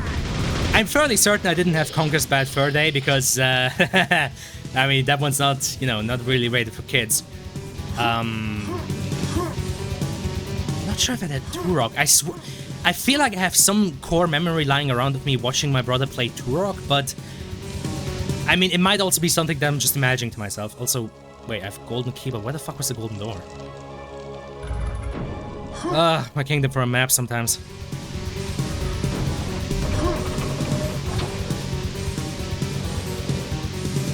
No, that was the way I came from. Bruh. Turok 3, baby. Oh yeah. Actually, I'm not sure if I ever played any of the Turok games. Like I said, I feel like I have a core memory lying around somewhere in my brain of watching my brother play it. Because, you know, my older brother was the cool one. I don't know anymore. Funnily enough... Okay, I know, because I later also got into emulators because of my dad. For the longest while, my dad was actually the tech-savvy one out of the two of us, because he also got me the Project 64 emulator, and I remember playing Rogue Squadron on that, and Rayman 2, The Great Escape. I fucking love Rayman 2, bro. Honestly, if I ever get the chance, I'd love to play that again on stream, because that game is goated, honestly. Like, I know nostalgia, blah blah blah blah, but nah, man, that game is fucking... that game's the goat. I love it.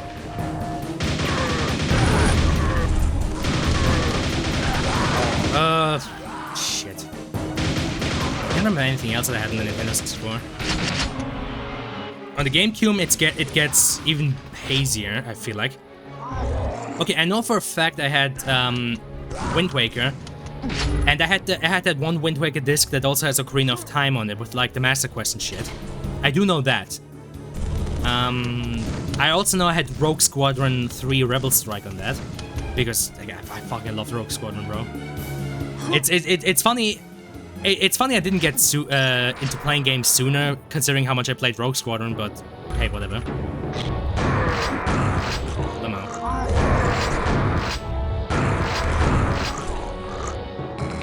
Quad damage, my beloved.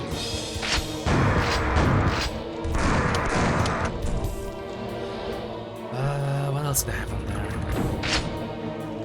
Oh man, it's been too long. Fucking jib everything. So yeah, who needs explosives anyway? The first one was really nice. You could run the remaster. I like to. You should play the Dreamcast or PS2 version of Rayman 2 if you can. Oh yeah, I actually... Yeah, you know, the funny thing is, I know where you're coming from, but I know that my monkey brain would be like, nah, but this isn't like on the Nintendo 64. It's not the same. Ah! And you know, I'd be all like, nah, man, this was better in my memory. But I do understand where you're coming from, because I think I've seen footage of the PS2 version of Rayman 2. And yeah, the thing is, they changed stuff, and so, you know, monkey brain goes, no, this is different. It can't be. I mean, to be fair, I do have, of course, if Nintendo is listening, I do have a totally valid Nintendo 64 sitting right here next to my PC that I can run Nintendo 64 games on. Obviously, it's not like I own an emulator, right? Honestly, I could be down for playing a few more like old school games again on PC. Like, the last time I ran any of my emulators, I think, was from Ace Combat when I was playing, like, the fucking PlayStation 1 Ace Combat games. Which was shockingly fun, honestly. Like, I had a pretty good time doing that.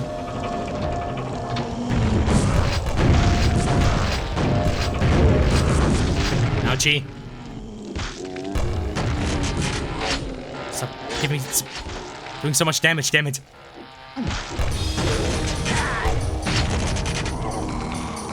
It's always funny to me how the zombies win every single fucking NPC fight. I mean, I guess unless they fight an enemy that's actually able to jib them with one hit.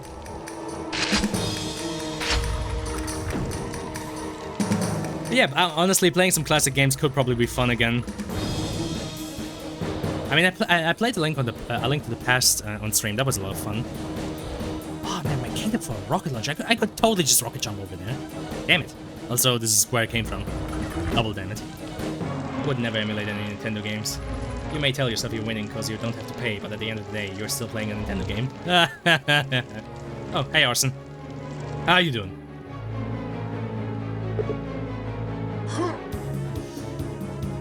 Yeah, that's fair enough. It's... yeah, Nintendo as a company, big oof. Wait a second, wait. Doesn't that mean... hold on. I need to test something.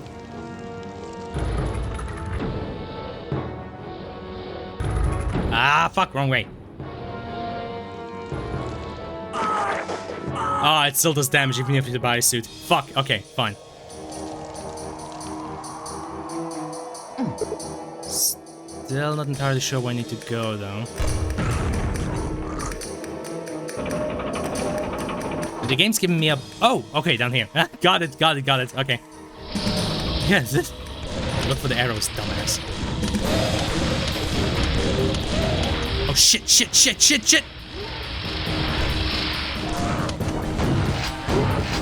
Wait, is it not actually damaging? What? It's not actually damaging what? Then why the fuck did they give me a bias and not just a wetsuit? Bruh, moment. Alright. Playing Starfield. Hope you're having fun. Starfield finally a Bethesda game that makes you feel like Spider-Man. Honestly, I would not be shocked if there's like that probably is like mods to give you the, like Spider-Man's powers and whatnot. Not sure if they could get the swinging down, but then again, considering the dedication of Bethesda modders, who the fuck knows? It certainly is a game. Would you say Starfield is the game of all time? And like I said, after what John said, I'm probably just gonna grab it later tonight and play it for myself. Think streaming... ow! Jesus fucking Christ! Another game of the year? What fun. Alright. I mean, what more do you want, right?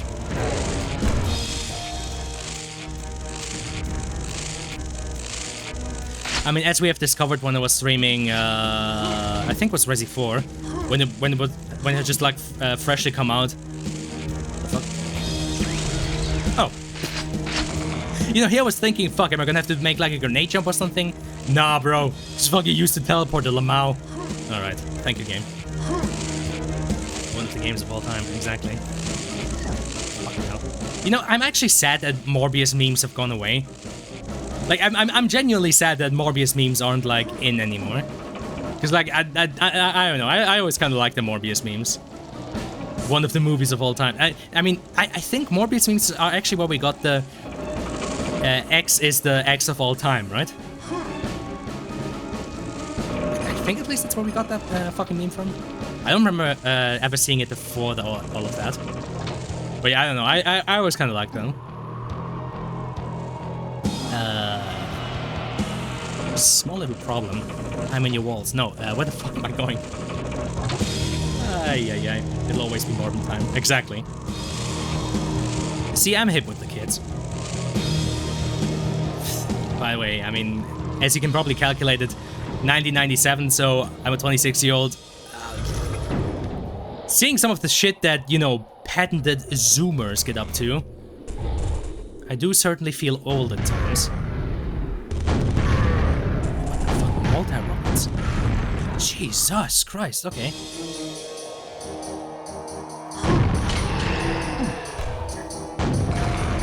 It was probably not the intention. I think I might have just sequence broke the game. Yeah, that was probably not intended. Ah, you know what? You only live once, right? What the hell?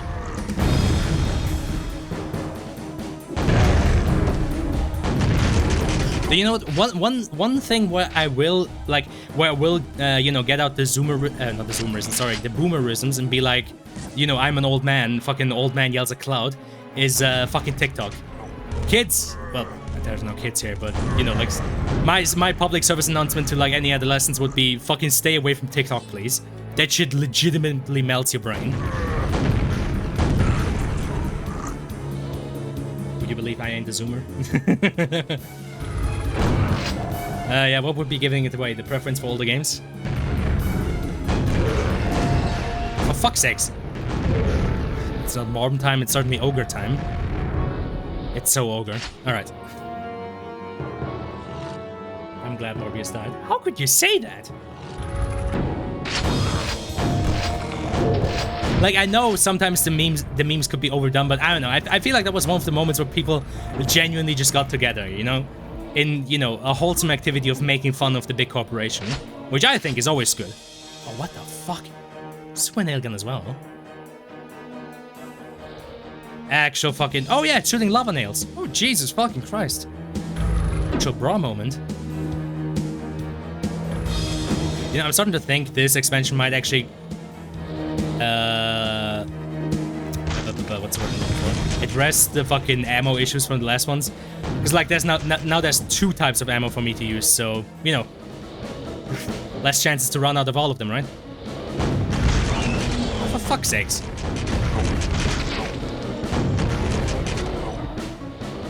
It's 8 o'clock, exactly. Alright.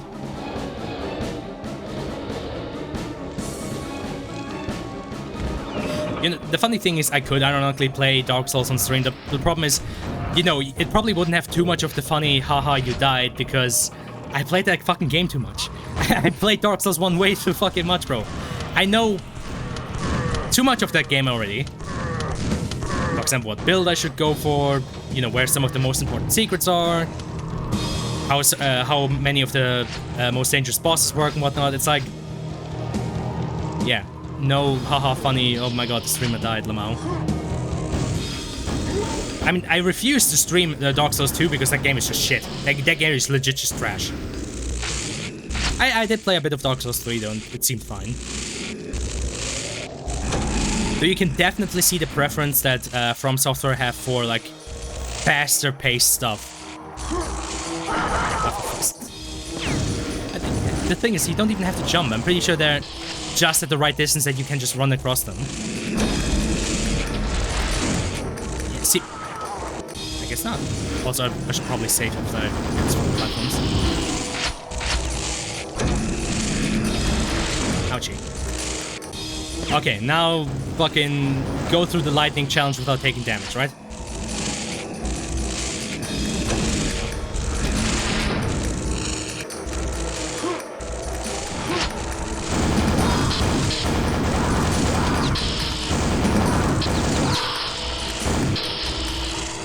In front of the firing squad. Jesus. What's that poor guy? Wait, is it actually touching him? Okay, barely. It's like cutting off his foreskin. When you play the next expansion, you should try using ammo more judiciously. That's the stingiest one. Oh boy. Hot. Fuck you say that. I mean, you say that it's the stingiest one. I still... You know, I probably could have saved myself with a rocket jump, funnily enough. Yeah. Oh, you... Yeah, it's because there's a fucking ramp here.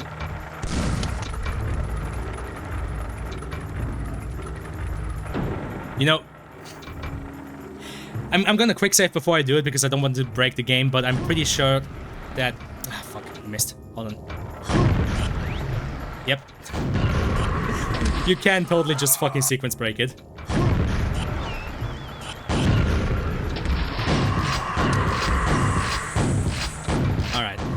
I'm going to be a good little streamer, and I'm going to play the game the way it was intended. Well, okay, to be fair, if I was doing that, I should play this in like a fucking, you know, old-ass monitor from the 90s.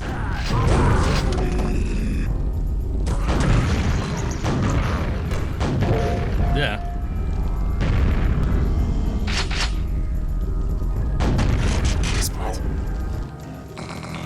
It's funny that even by these at this point with the I mean I'm pretty sure the expansions done by the Machine Games crew they probably account for rocket jumping being, you know, a possibility to sequence break their shit. But it's kind of funny how in the Quake base game and the older expansions, you can totally just fucking break the entire thing over your knee with rocket jumping. Well, not entirely, but you can. Yeah, I mean, even a dumbass like me who just knows the bare essentials of rocket jumping can break some shit. Oh no, not these things again. Oh god, no. Fuck that. Fuck everything about that.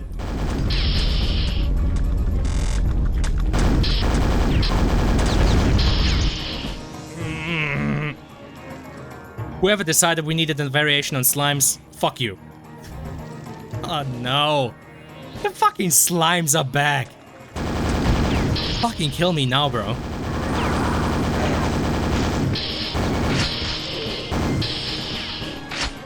Shit. Of course, there's lots of dark areas that the level designer can hide them in. Or, you know, hide the zombies in them. Yeah.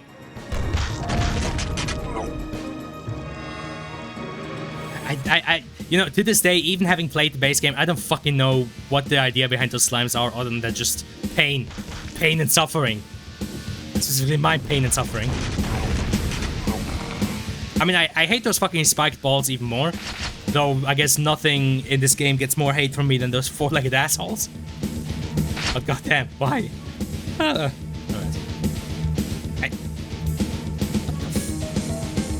Funny geometry, goddamn. Alright. That's kind of goofy.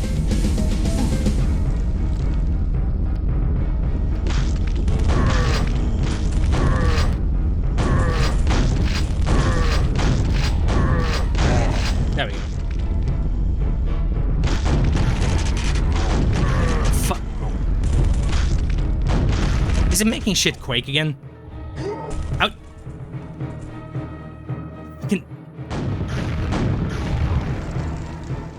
Okay, I think it's up, but yeah, I think earlier the game was doing this fucking quaking thing again. Yeah, ironic that in a game called Quake, the worst mechanic is when, like, earthquakes are happening.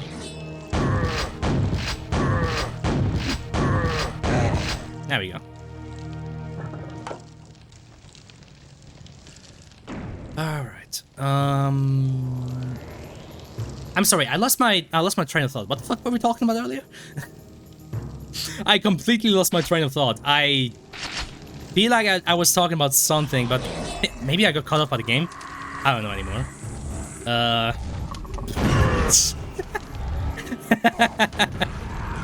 Oh my god, I completely forgot what the fuck I was talking about. Oh god. Fun fact, Far Cry 6 uses 85,929 animations. Jesus.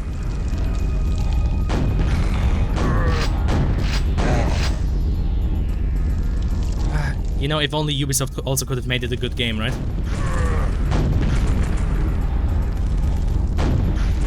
I mean, man, did Far Cry 6 really need to be a thing? Yeah, funny Gus Fring, ha ha ha ha, you know, funny actor who at the end of the day is just another case of generic Far Cry bad guy, i.e., you know, charming psychopath who messes with the player character. You know, as much as I love Far Cry 3, I hate what they did to the franchise. Because, you know, after Far Cry 3, every Far Cry game just had to be Far Cry 3 again. Because that one's the one that sold like millions. Oh god, I'm a fucking dumbass. Ah. Shit, I have to do this section without air. Go, go, go, go, go, go! There we go.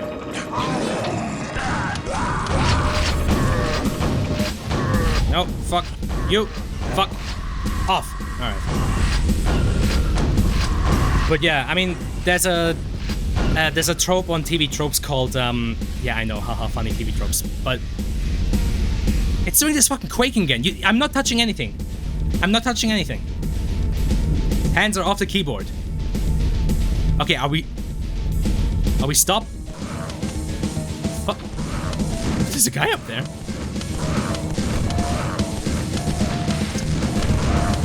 Wasn't even my plan to shoot him. Dementia is growing, I swear to God. No one's figured out how to rip the animations. It's so sad. Hell, John. God damn it. You know, John, you know, not being the Hamburglar for 5 seconds and not ripping just every fucking animation from a game challenge. Hardest difficulty, literally impossible.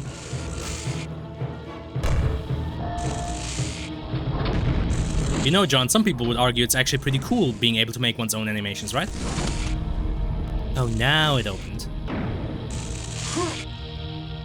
Of course. Oh, I'm back here again. That doesn't change too much, to be honest.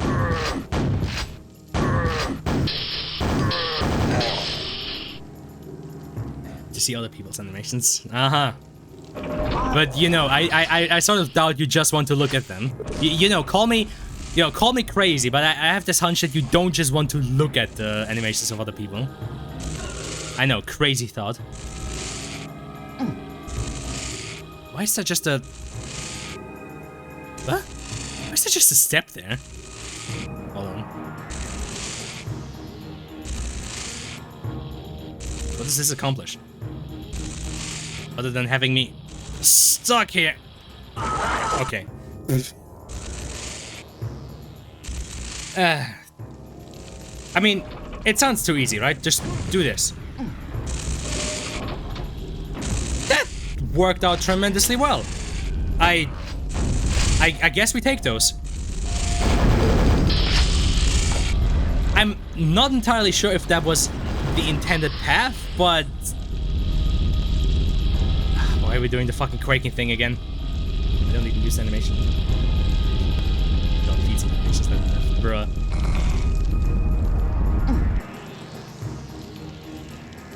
You know, I never checked. Is there anything else in this quarter?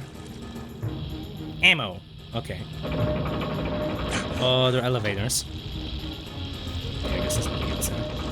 Wait, so if you don't even use animations, what are you ripping them for?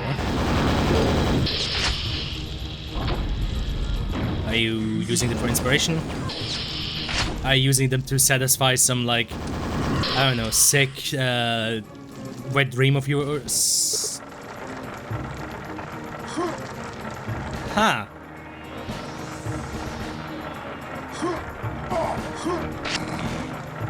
That certainly... Why am I breaking this game so hard? You know, it wasn't even my plan to do this, but...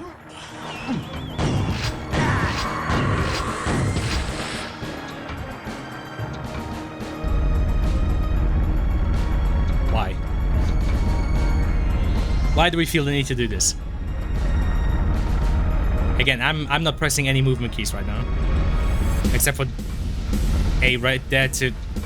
Okay, can we stop? Are we done? I'd like to be able to rocket jump now. Thank you. 6. Missed.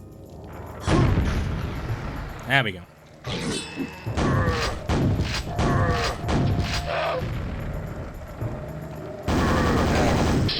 Now, what was I? Oh yeah, Far Cry, bad franchise, trash franchise. Oh yeah, no, that was, yeah, on TV tropes there's a trope called franchise original sin. Which, you know, kind of means, you know, the first instance of problem or thing that would later come to characterize the entire franchise. I.e., you know, for example, first time Dragon Ball showcased the fucking, you know, dumbass idea of power levels. Oh my god, he's stronger because he has a stronger number. Oh my god. Good writing. Oh, Dragon Ball, so good. Oh. Anyhow. Yeah, for Far Cry, that would be Far Cry 3. The fucking Far Cry 3 formula. I swear to God. I mean, I guess these days it's less so the Far Cry 3 formula just become the fucking Ubisoft open world formula. But, you know, make of that what you will.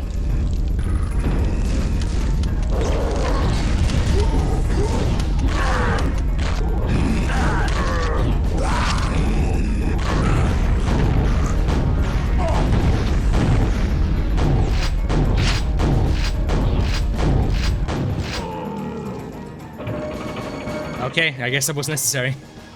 Didn't have to jump on the platform. Yeah. Over 8,000. Oh yeah, it was over 8,000 in the manga, wasn't it? And for some reason, I think that they just for some reason changed it to over 9,000 in the... These bars are opened elsewhere. Oh.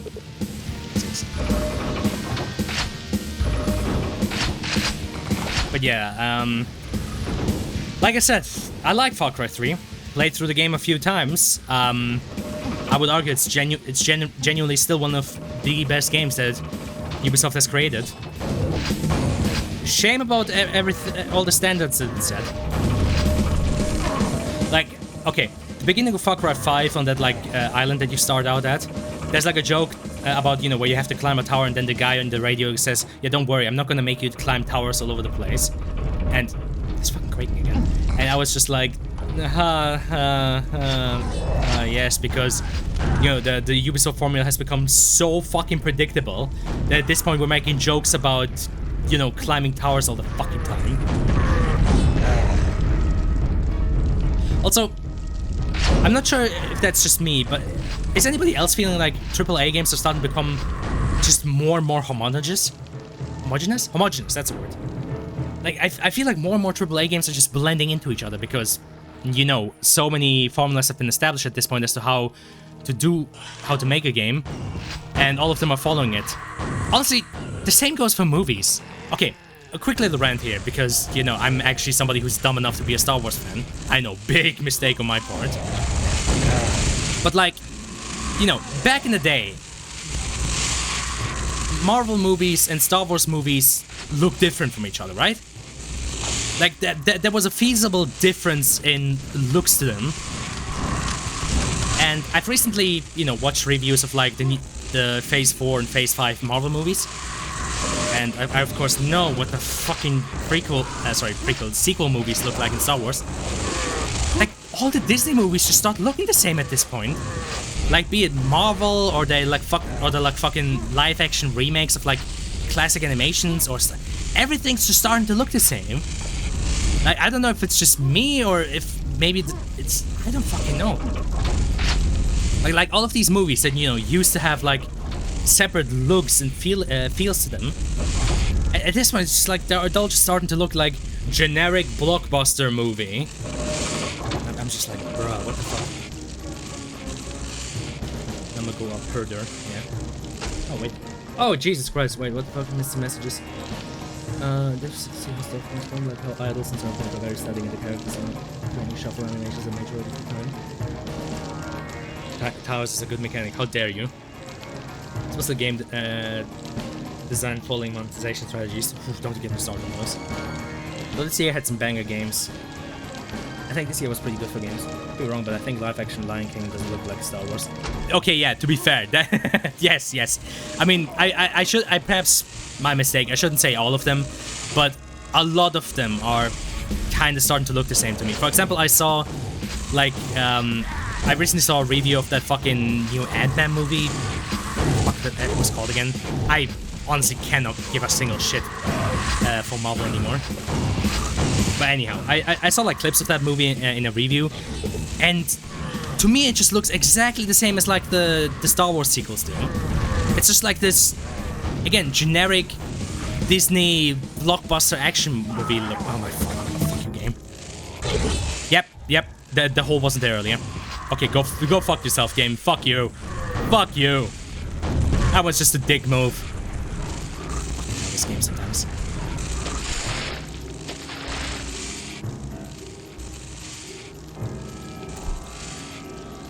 Not even a single sound. Not even a...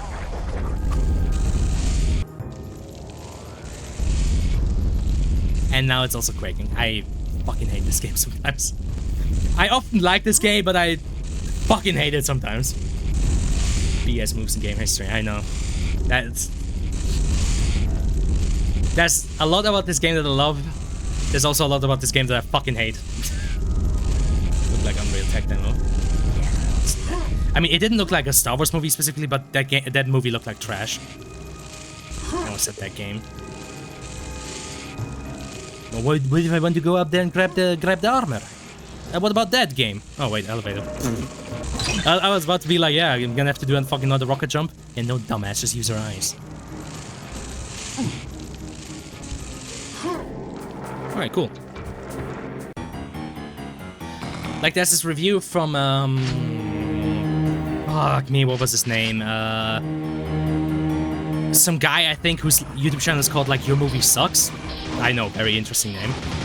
But I remember him doing, like, a very, very in-depth review on, like, that Lion King remake, and... yeah, it's like... It's like another case, if you don't pay attention, you're just like, oh yes, pretty lights, oh look at all that fur. But he actually showcased, once you actually start looking close at that movie and actually, you know, start looking at it like slowed down or like checking out still frames of it, you see just how much of a fucking shambles that movie is. Like, it is actually impressive how bad that movie is, how just bad on a sheer technical level it is. Which, you know, as now a certified, or I guess, diplomified 3D artist, I am of course an expert on. No. Also interesting music.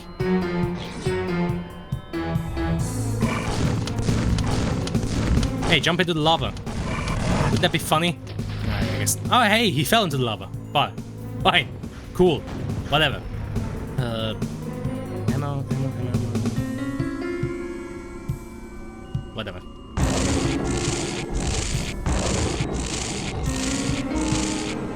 Wait, is it actually still alive? I think I can still hear it. Don't fucking tell me the enemies don't take damage from lava. That is some bullshit. Bruh. I mean, couldn't... wait, what am I doing? I probably just have to shoot a switch or something like that. Or maybe I have to go the other way and activate something to activate the bridge. Okay, follow the script. Follow the fucking script. Whatever that may be. There you go.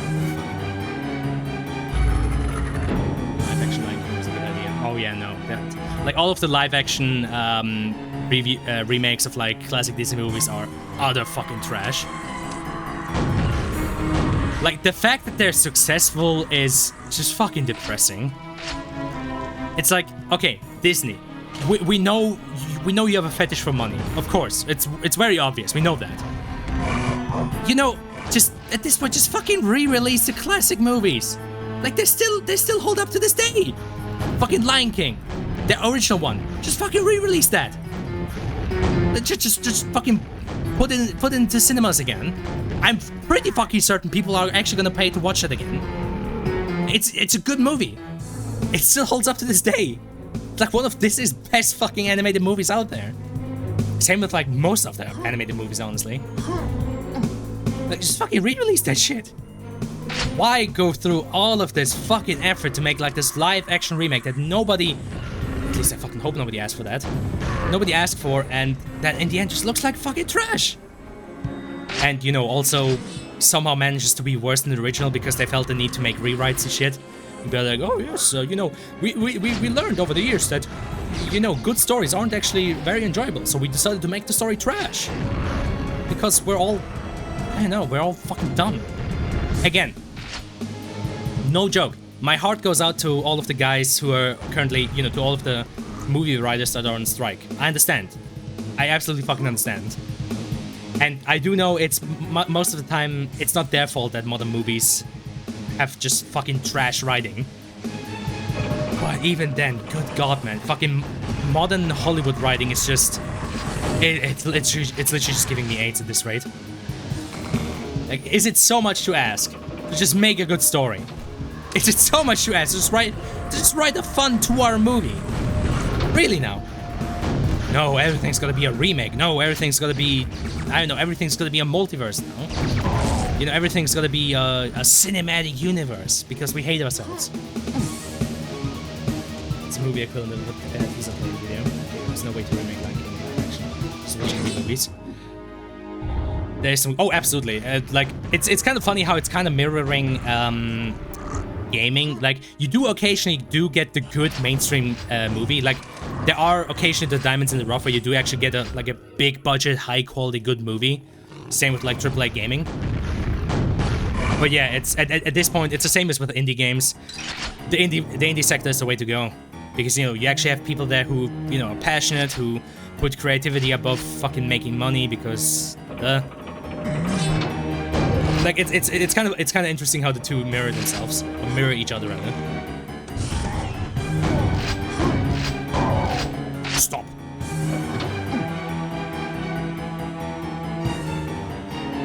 Oh yeah, just like not even necessarily indie movies, just like smaller production movies.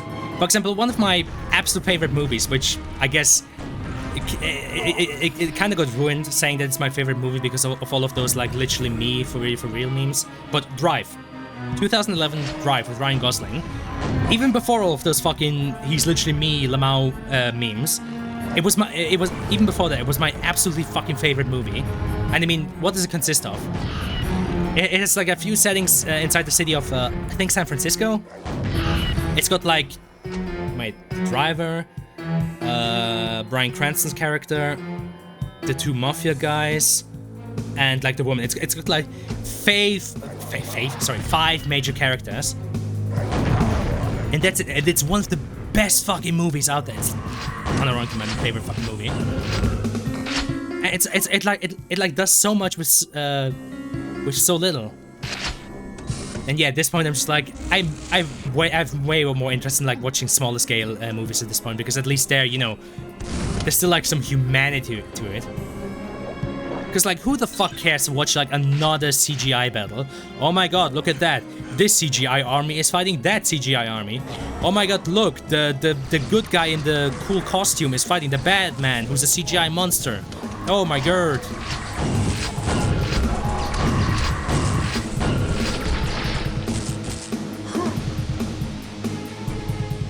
Like the fact that they made Thanos work as like a CGI bad guy is a fucking wonder, honestly.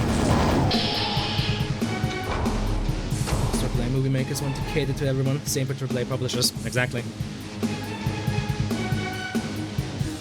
think this will ever change, at least not in the near future.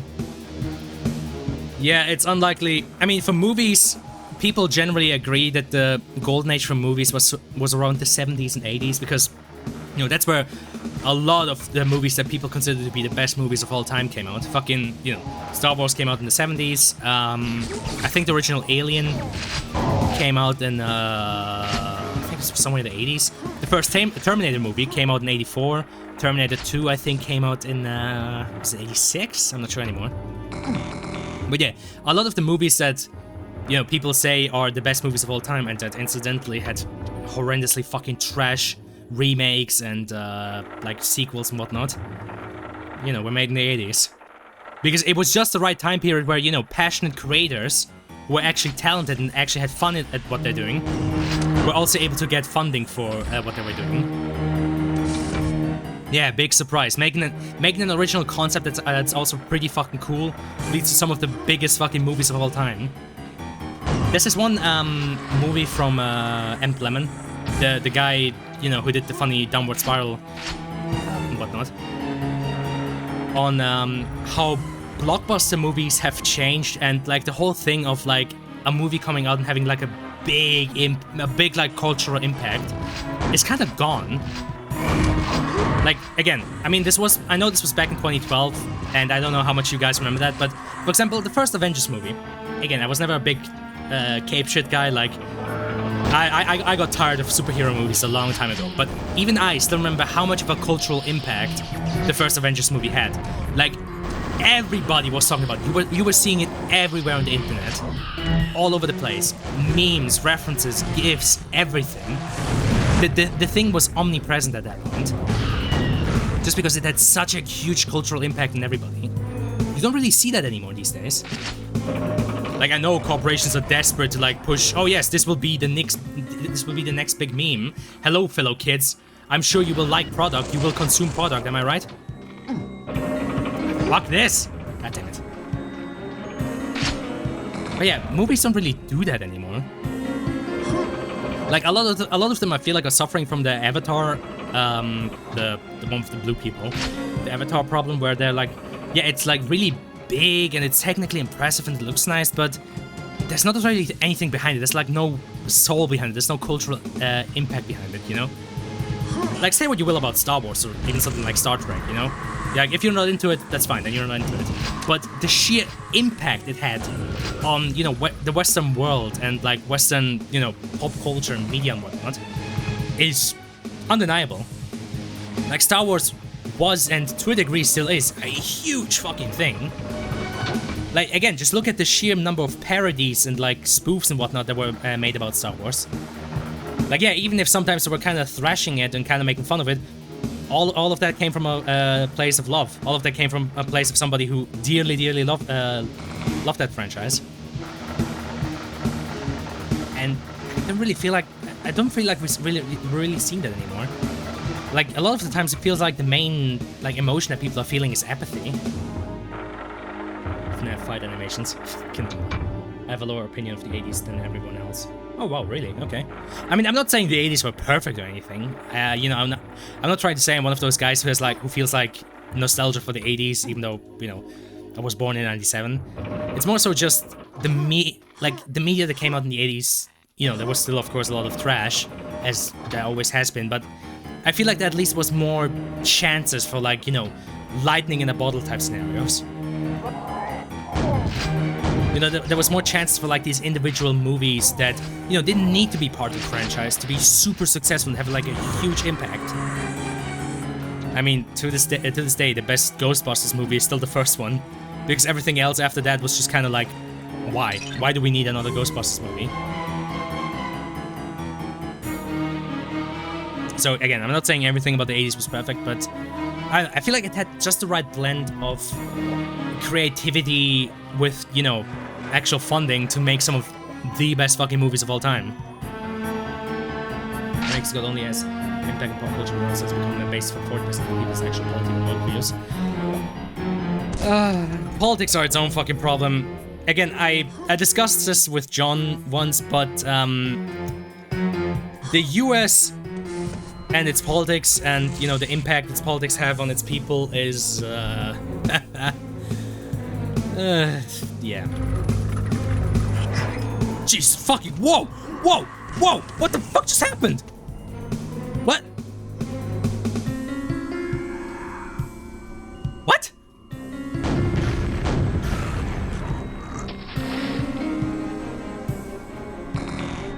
Did I just fucking get attacked by a controller from Stalker? What the fuck?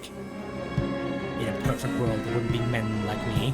But this is not a perfect world. Jesus fucking Christ, that tripped me the fuck up.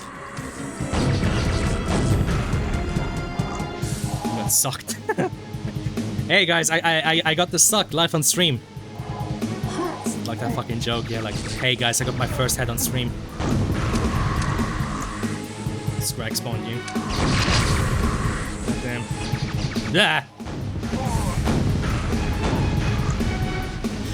Also, can we just talk about the fact how many people defeat the Shambler? Oh boy. How many people got, like, main character syndrome from The Matrix? Like, you know, I wasn't even that... Oh my fucking god. I wasn't even that old at the time, and even I remember just how many people, you know, were like, oh yes, I have to be the one. You know, you have to wake up, sheeple. I am Neo. I'm the one who will break the Matrix and whatnot. Like, it's kind of funny how much the Matrix activated, like, main character syndrome for a lot of people. It's like, oh yes, you definitely are very important, and you're not just another schmuck like the rest of us, right?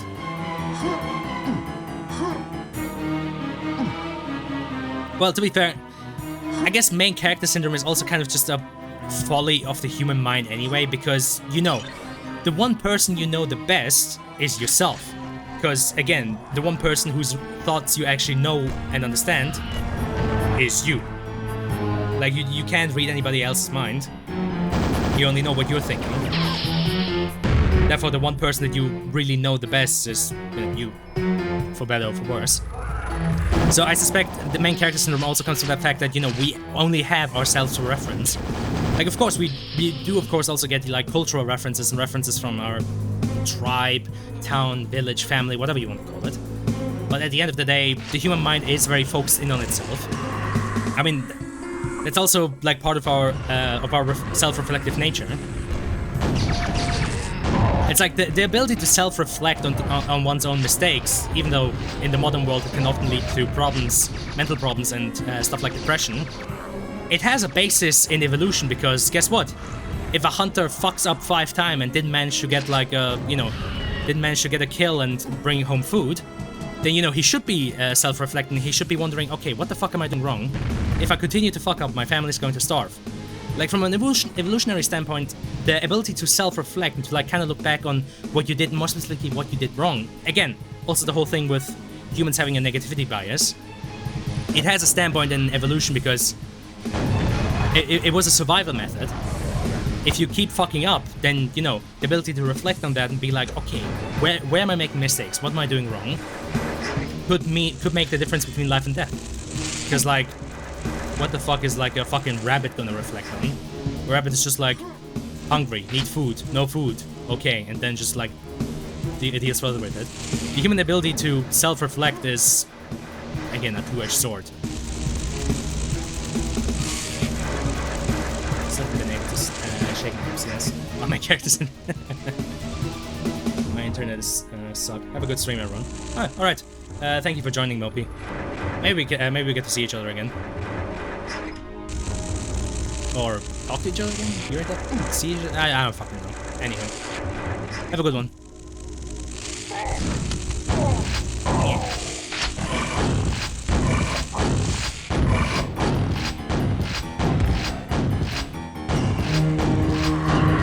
Ouchie. Stop. But yeah. The human brain is quite fascinating. I know it's maybe a bit hyperbolic to say that, but sometimes I do wonder that if maybe life had gone different, maybe I honestly would have tried to pursue a career in psychology. Because, like, again, I find it very interesting how exactly the human brain works. What makes us think and act the way that we do. How much of it is the biases we have genetically ingrained. How much of it is stuff that we learn from our parents and family. And how much of it is like just the chemistry in our brain, like doing a funny. Fucking hell, got that meat shot. Jesus. Be like max 20 real people. I think everyone else really doesn't actually think things.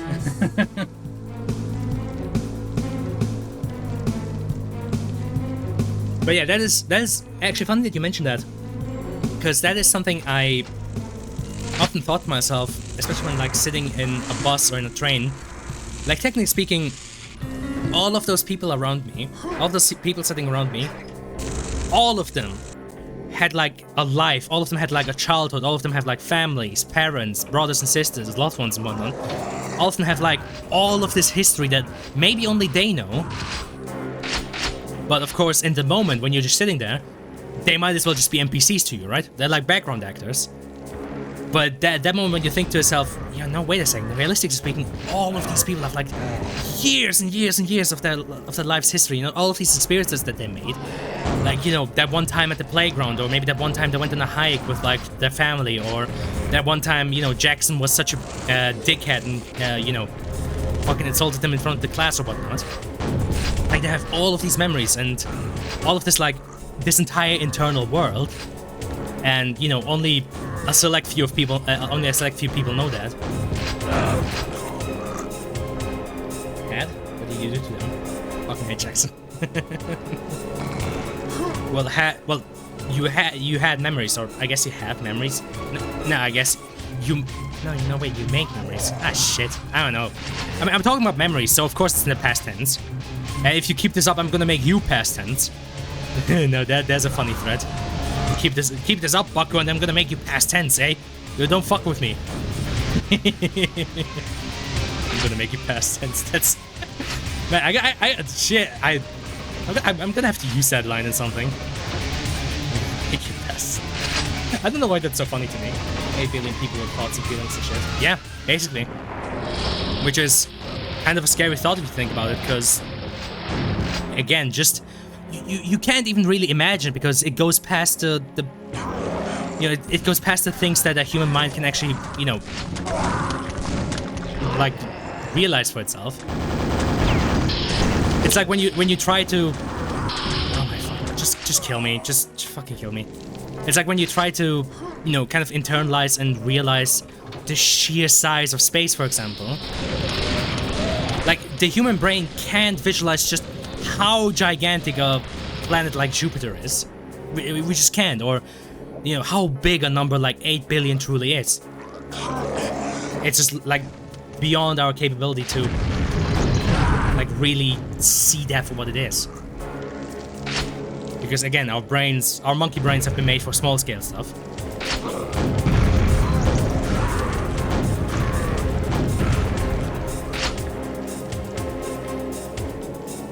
It's insane how well humans work.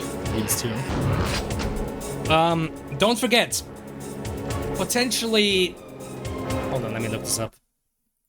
How old are the pyramids? The history books generally point to 3,200 BC. It's the approximate date when the Pyramid of Khufu was under construction. Great Pyramid of Giza. Do we have an estimated construction date? Constructed circa 2570 BC. So yeah, go back basically almost 4,000 years. And you had people back then building pyramids. And the pyramids are big. They are fucking huge. And they didn't have modern cranes. They didn't have, like, huge trucks to haul the rocks around. They didn't have, you know, like, heavy machinery to help them do it. And they still did it. Like, the funny thing is, the human collective is potentially one of the strongest and also scariest things there is. Like, it's kind of fucking crazy what the human collective can accomplish, and it's also kind of fucking scary if you think about it. Like, I don't know if you guys have ever watched like a time lapse of like deforestation, but like if you ever watch like a time lapse of like a forest getting cut down or something else on that like size, it's fucking scary what we can do when we've got the numbers. Boy, you just jumped out.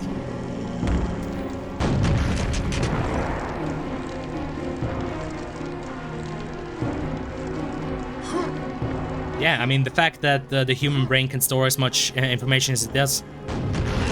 How the fuck do we do it? I don't fucking know. I mean, we know the whole thing with connecting neurons and whatnot. Is that the Grim Reaper?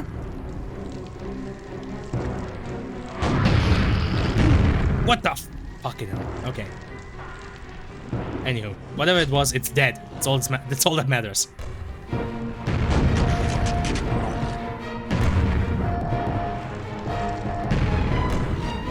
I mean, one of the, like, key marks of our evolution into what we are today, which then, of course, led into the building blocks of civilization, is our ability to talk. And why did we learn to talk? In my opinion, it has to do with the social structures that we've enabled. Like, humans are social creatures, and with any sort of social hierarchy comes the need to be able to communicate. There comes the need to be able to say, hey, I'm the boss, so we do what I say.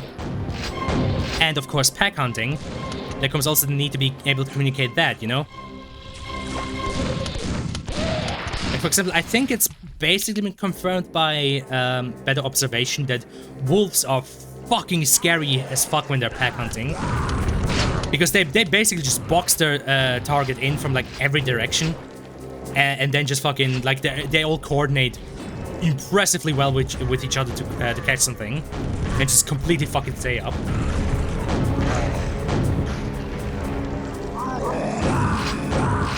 And yeah, the ability to do that necessitates some kind of way to talk with each other, or some kind of way to communicate thoughts and ideas with each other. Even if it's down to just body language, because a lot of animals mainly just use body language to talk with each other. Oh, okay, you're supposed to go through there. Alright. You know, again, if you ever had a dog, you probably learned how much you can read about it through its tail. Like, where's the dog keeping its tail? Is it keeping it tucked between its legs? Is it, you know, having it stick upward? There's a lot you can tell about most animals just through the body language. And it just so happens that humanity somehow just got to the point where we didn't just use our body language, but we, on top of that, also came to verbal communication. I mean, the funny thing is humans still talk through body language. Like, that's the funny part about it. Like, the way, you know, the way somebody walks, the way somebody looks at you, just the way somebody looks at you. Like, if somebody's mad at you, you can see that by the way they're looking at you. You can just see that by the way their face is contorted, just by the way, like, their eyes are focused in on you. Like, all of these little minuscule things. Like, the fact that the uncanny valley is a thing, and that the human brain is so consistent in spotting it. Asshole took all of my health. That, you know, the human mind is so consistent in spotting it, in spotting, like, all of these tiny little differences that, you know, just make your brain think that's not a human, that's not a person. I mean, in my opinion, it's proof enough that, yeah, humans also communicate a ton just by body language. Add verbal communication on top of that, and suddenly you have what it takes to build a civilization, given the time, of course.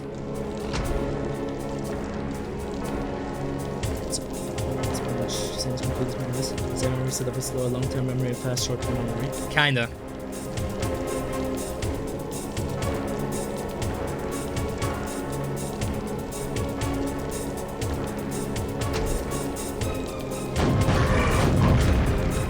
Perhaps more so, I guess. I'd have to read into exactly how the human brain works. I know about the neurons and sending through electric signals. If it's exactly like a computer, I don't know, but you are right. There are definitely some similarities, though I suspect they stem from the fact that, you know, computers were built by humans.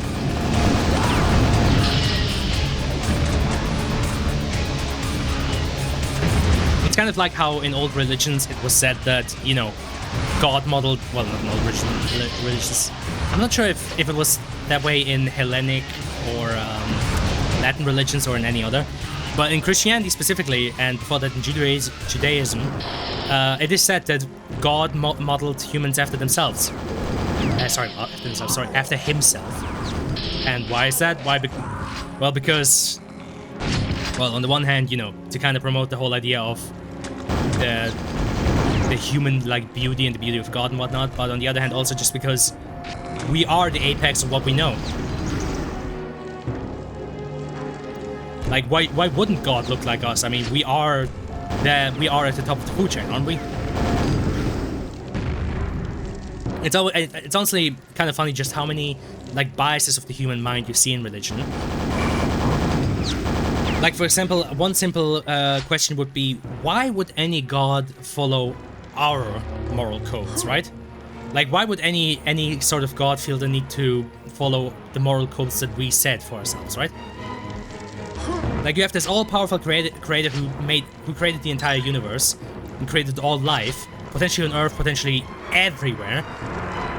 Why would he ever give a shit about what we think is right or wrong, right?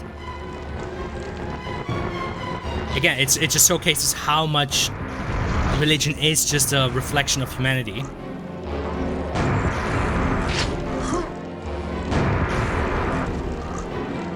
The ironic part is, therefore, it's less so that God created us, it's more so that we created God.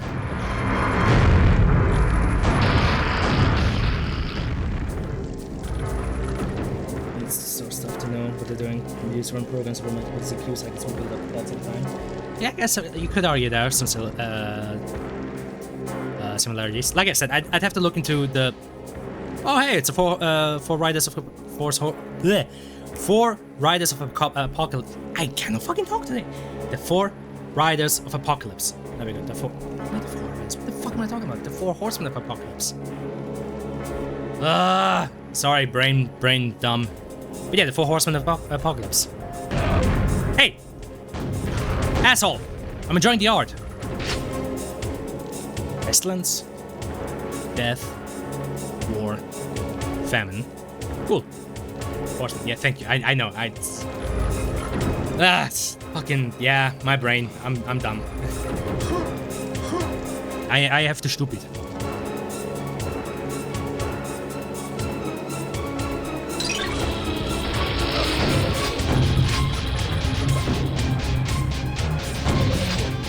Still not sure what this power shield does.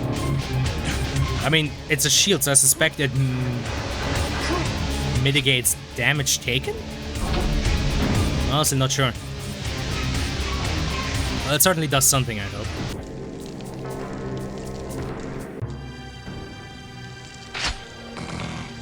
Tomb of the Overlord. Oh boy. Wait, if he's already dead, then what am I worrying about?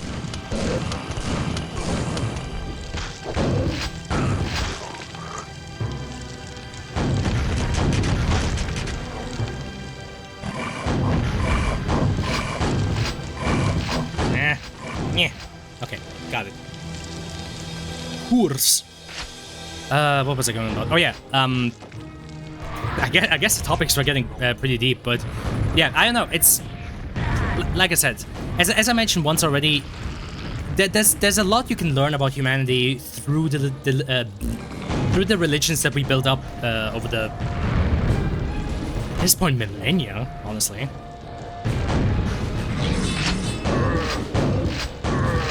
You can, I mean, you see a lot about most religions on the base level, the human need for, you know, purpose and explanation. Again, the classic one, as I always mention, is, oh shit, there's a thunderstorm. There's got to be like a big bearded man up there throwing, you know, thunder or lightning around, and therefore you get Zeus. I mean, it's not exactly how Zeus was created, but you understand what I'm getting at. It's like often this human need for like explaining the world around us. And, of course, through the concept of faith, it also fulfills the need of, you know, humanity searching for purpose. Because, you know, if you ask, well, what is my purpose in this world? Religion answers by saying, well, this guy up in the sky, he created you, and depending on what religion, he might have different reasons for it. But, at the very least, you can say, aha, dude up in that cloud, he's responsible for why I'm here. And boom, you have your answer. Which is a lot more comfortable than the reality of, yeah, you were just created by fucking chance. Your mom and dad came together, the right sperm hit the right egg, and now you're here. No other reason for it. Which of course can be very fucking scary, because then the question arises, well, what the fuck am I doing, right? What's my purpose? Why am I here?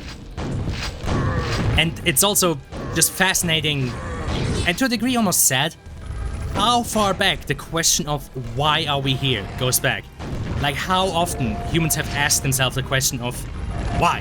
Why am I here? What am I doing here? Like, one of my favorite historical characters is, I hope I'm getting his name right, Emperor Aurelian. Let me actually check that. I want to get this right. Hold on.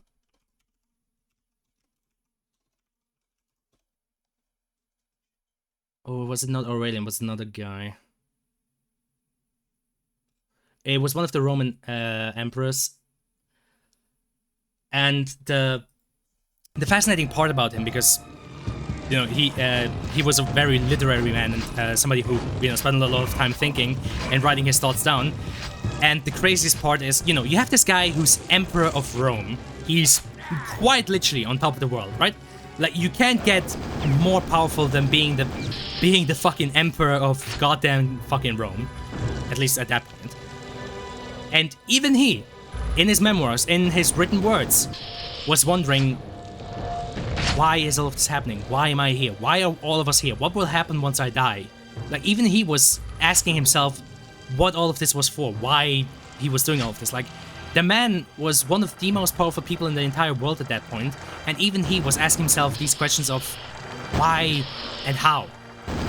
And I just find it fascinating, and like I said, to a degree, almost sobering, just how far back the question goes for all of us. Why this combo started? Oh, I don't know. While playing Quake. Stupid question to BH. Oh, the question of why? Huh. Honestly, oh my... You know what? Shame that Mopey's not around anymore, because I'm pretty sure... Yeah, these are shooting lava nails. So I guess he was wrong. There are actual, like... There are actual traps with lava nails in them. Interesting. Didn't know that. Ouchie. Come on.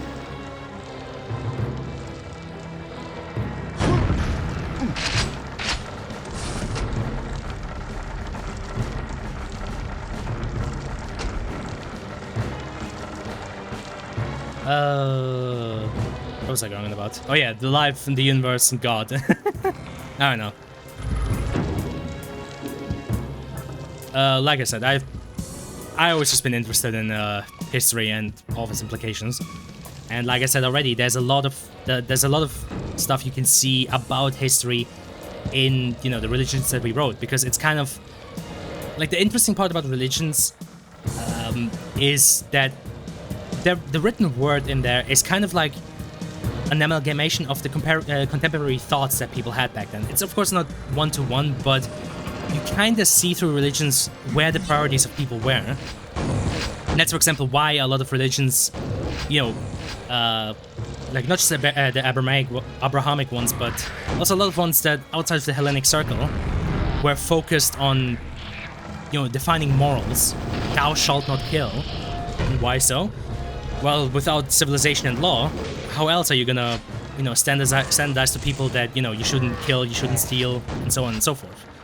Like, it's kind of funny that in many places before there was the state, there was, well, not necessarily the church, but there was religion. Like, it's, I mean, when certain religious people make this argument that, oh my god, without religion, how are you supposed to have morals? It's pretty dumb. God.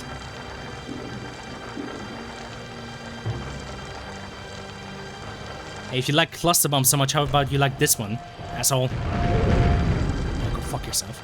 Alright.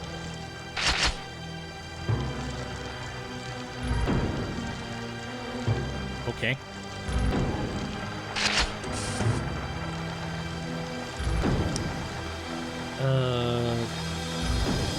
Yeah, sorry, the contemporary thoughts of humans, yeah, I don't know. It's... I don't know, I feel like there's just a lot we can learn, not just through history, but kind of just through... Wowzers, okay. Thank you, game. Kind of just through, like, learning what people thought that... Okay, just fucking kill me, bro. Just fucking kill me. Just... God damn it. Okay. Sequence complete. Hallelujah. Oh, man. Different topic. I'm kind of wondering if I can still finish this because, you know, I was told earlier that people are going to sleep, so I'm probably going to shut this off soon and shut my mouth. Oh.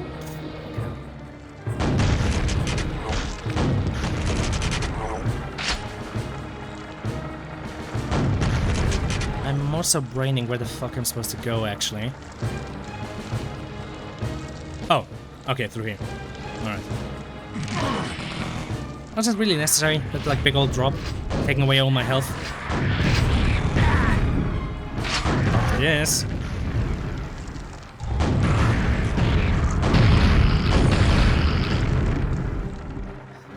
Damn it. Ugh. Alright.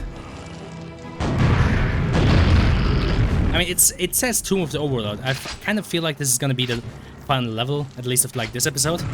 Like, this feels like, you know, you enter the Tomb of the Overlord, and then, you know, you get to his grave and you have to, like, fight him.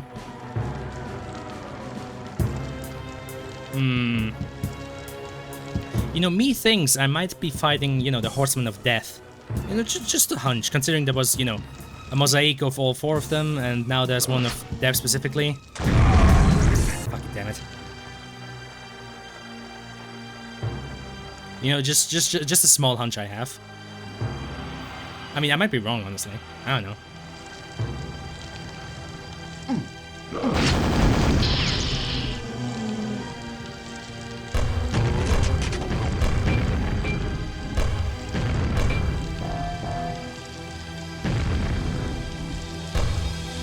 know, maybe I should use the grenade launcher more. But on the other hand, I mean, there's rocket launcher.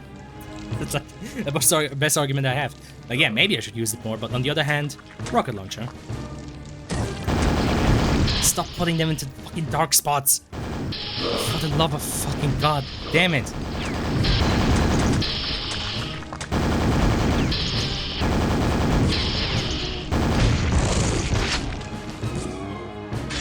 We're done. Please somebody tell me we're done, at least with the fucking slimes. Why? Why did we decide to introduce them as an enemy? I mean, I know they were in the base game, but like, still, why? I feel like that's a valid question. Why slime though? I mean, do I get to blame Dragon Quest? I don't know. Actually, how did slimes become so ubiquitous? Ubiquitous. There we go. How did slimes become so ubiquitous as enemies? I mean, like I said, I know there's certainly blame to lay at like Dragon Quest's feet, but were they the first ones?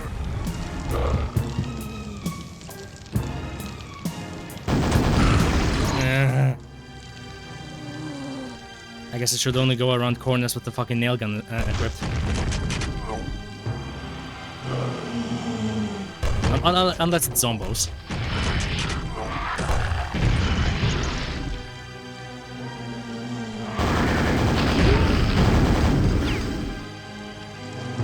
Yeah, fucking slime is dead. Fuck you. Fuck you. Fuck you. Fuck everything about you.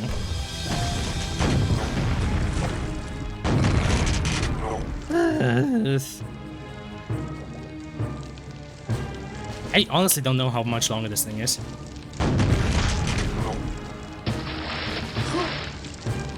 Okay, not jump up. Like, honest to god, at this point I might just have to start calling it. Because, like I said, it is getting late and everybody else is going to sleep, so me talking here is not going to be enjoyed for a long while. Yeah, fuck it, let's just call it here. I have no fucking clue how much longer this fucking level is. Cool, game saved. Alright. Atomic Heart and 2 other games on sale. You don't say. Oh wait, let me do that. There we go. Scorn with 60%. Wild Space Shipbreaker with 50%. Hitman 3 with 50%. Atomic Heart only 34%. Yeah, I don't know.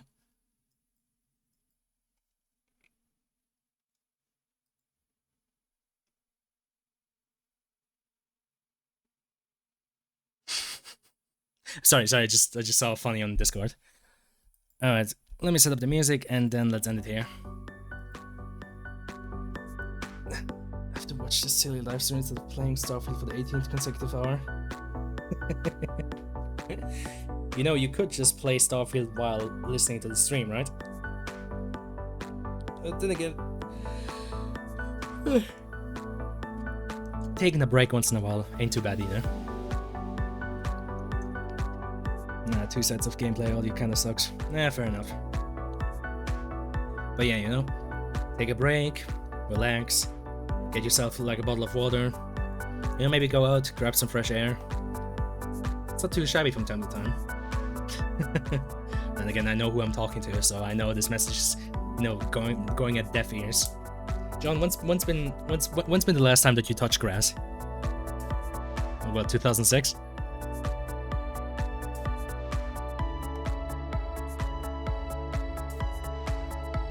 Okay, I can just set myself to... There we go.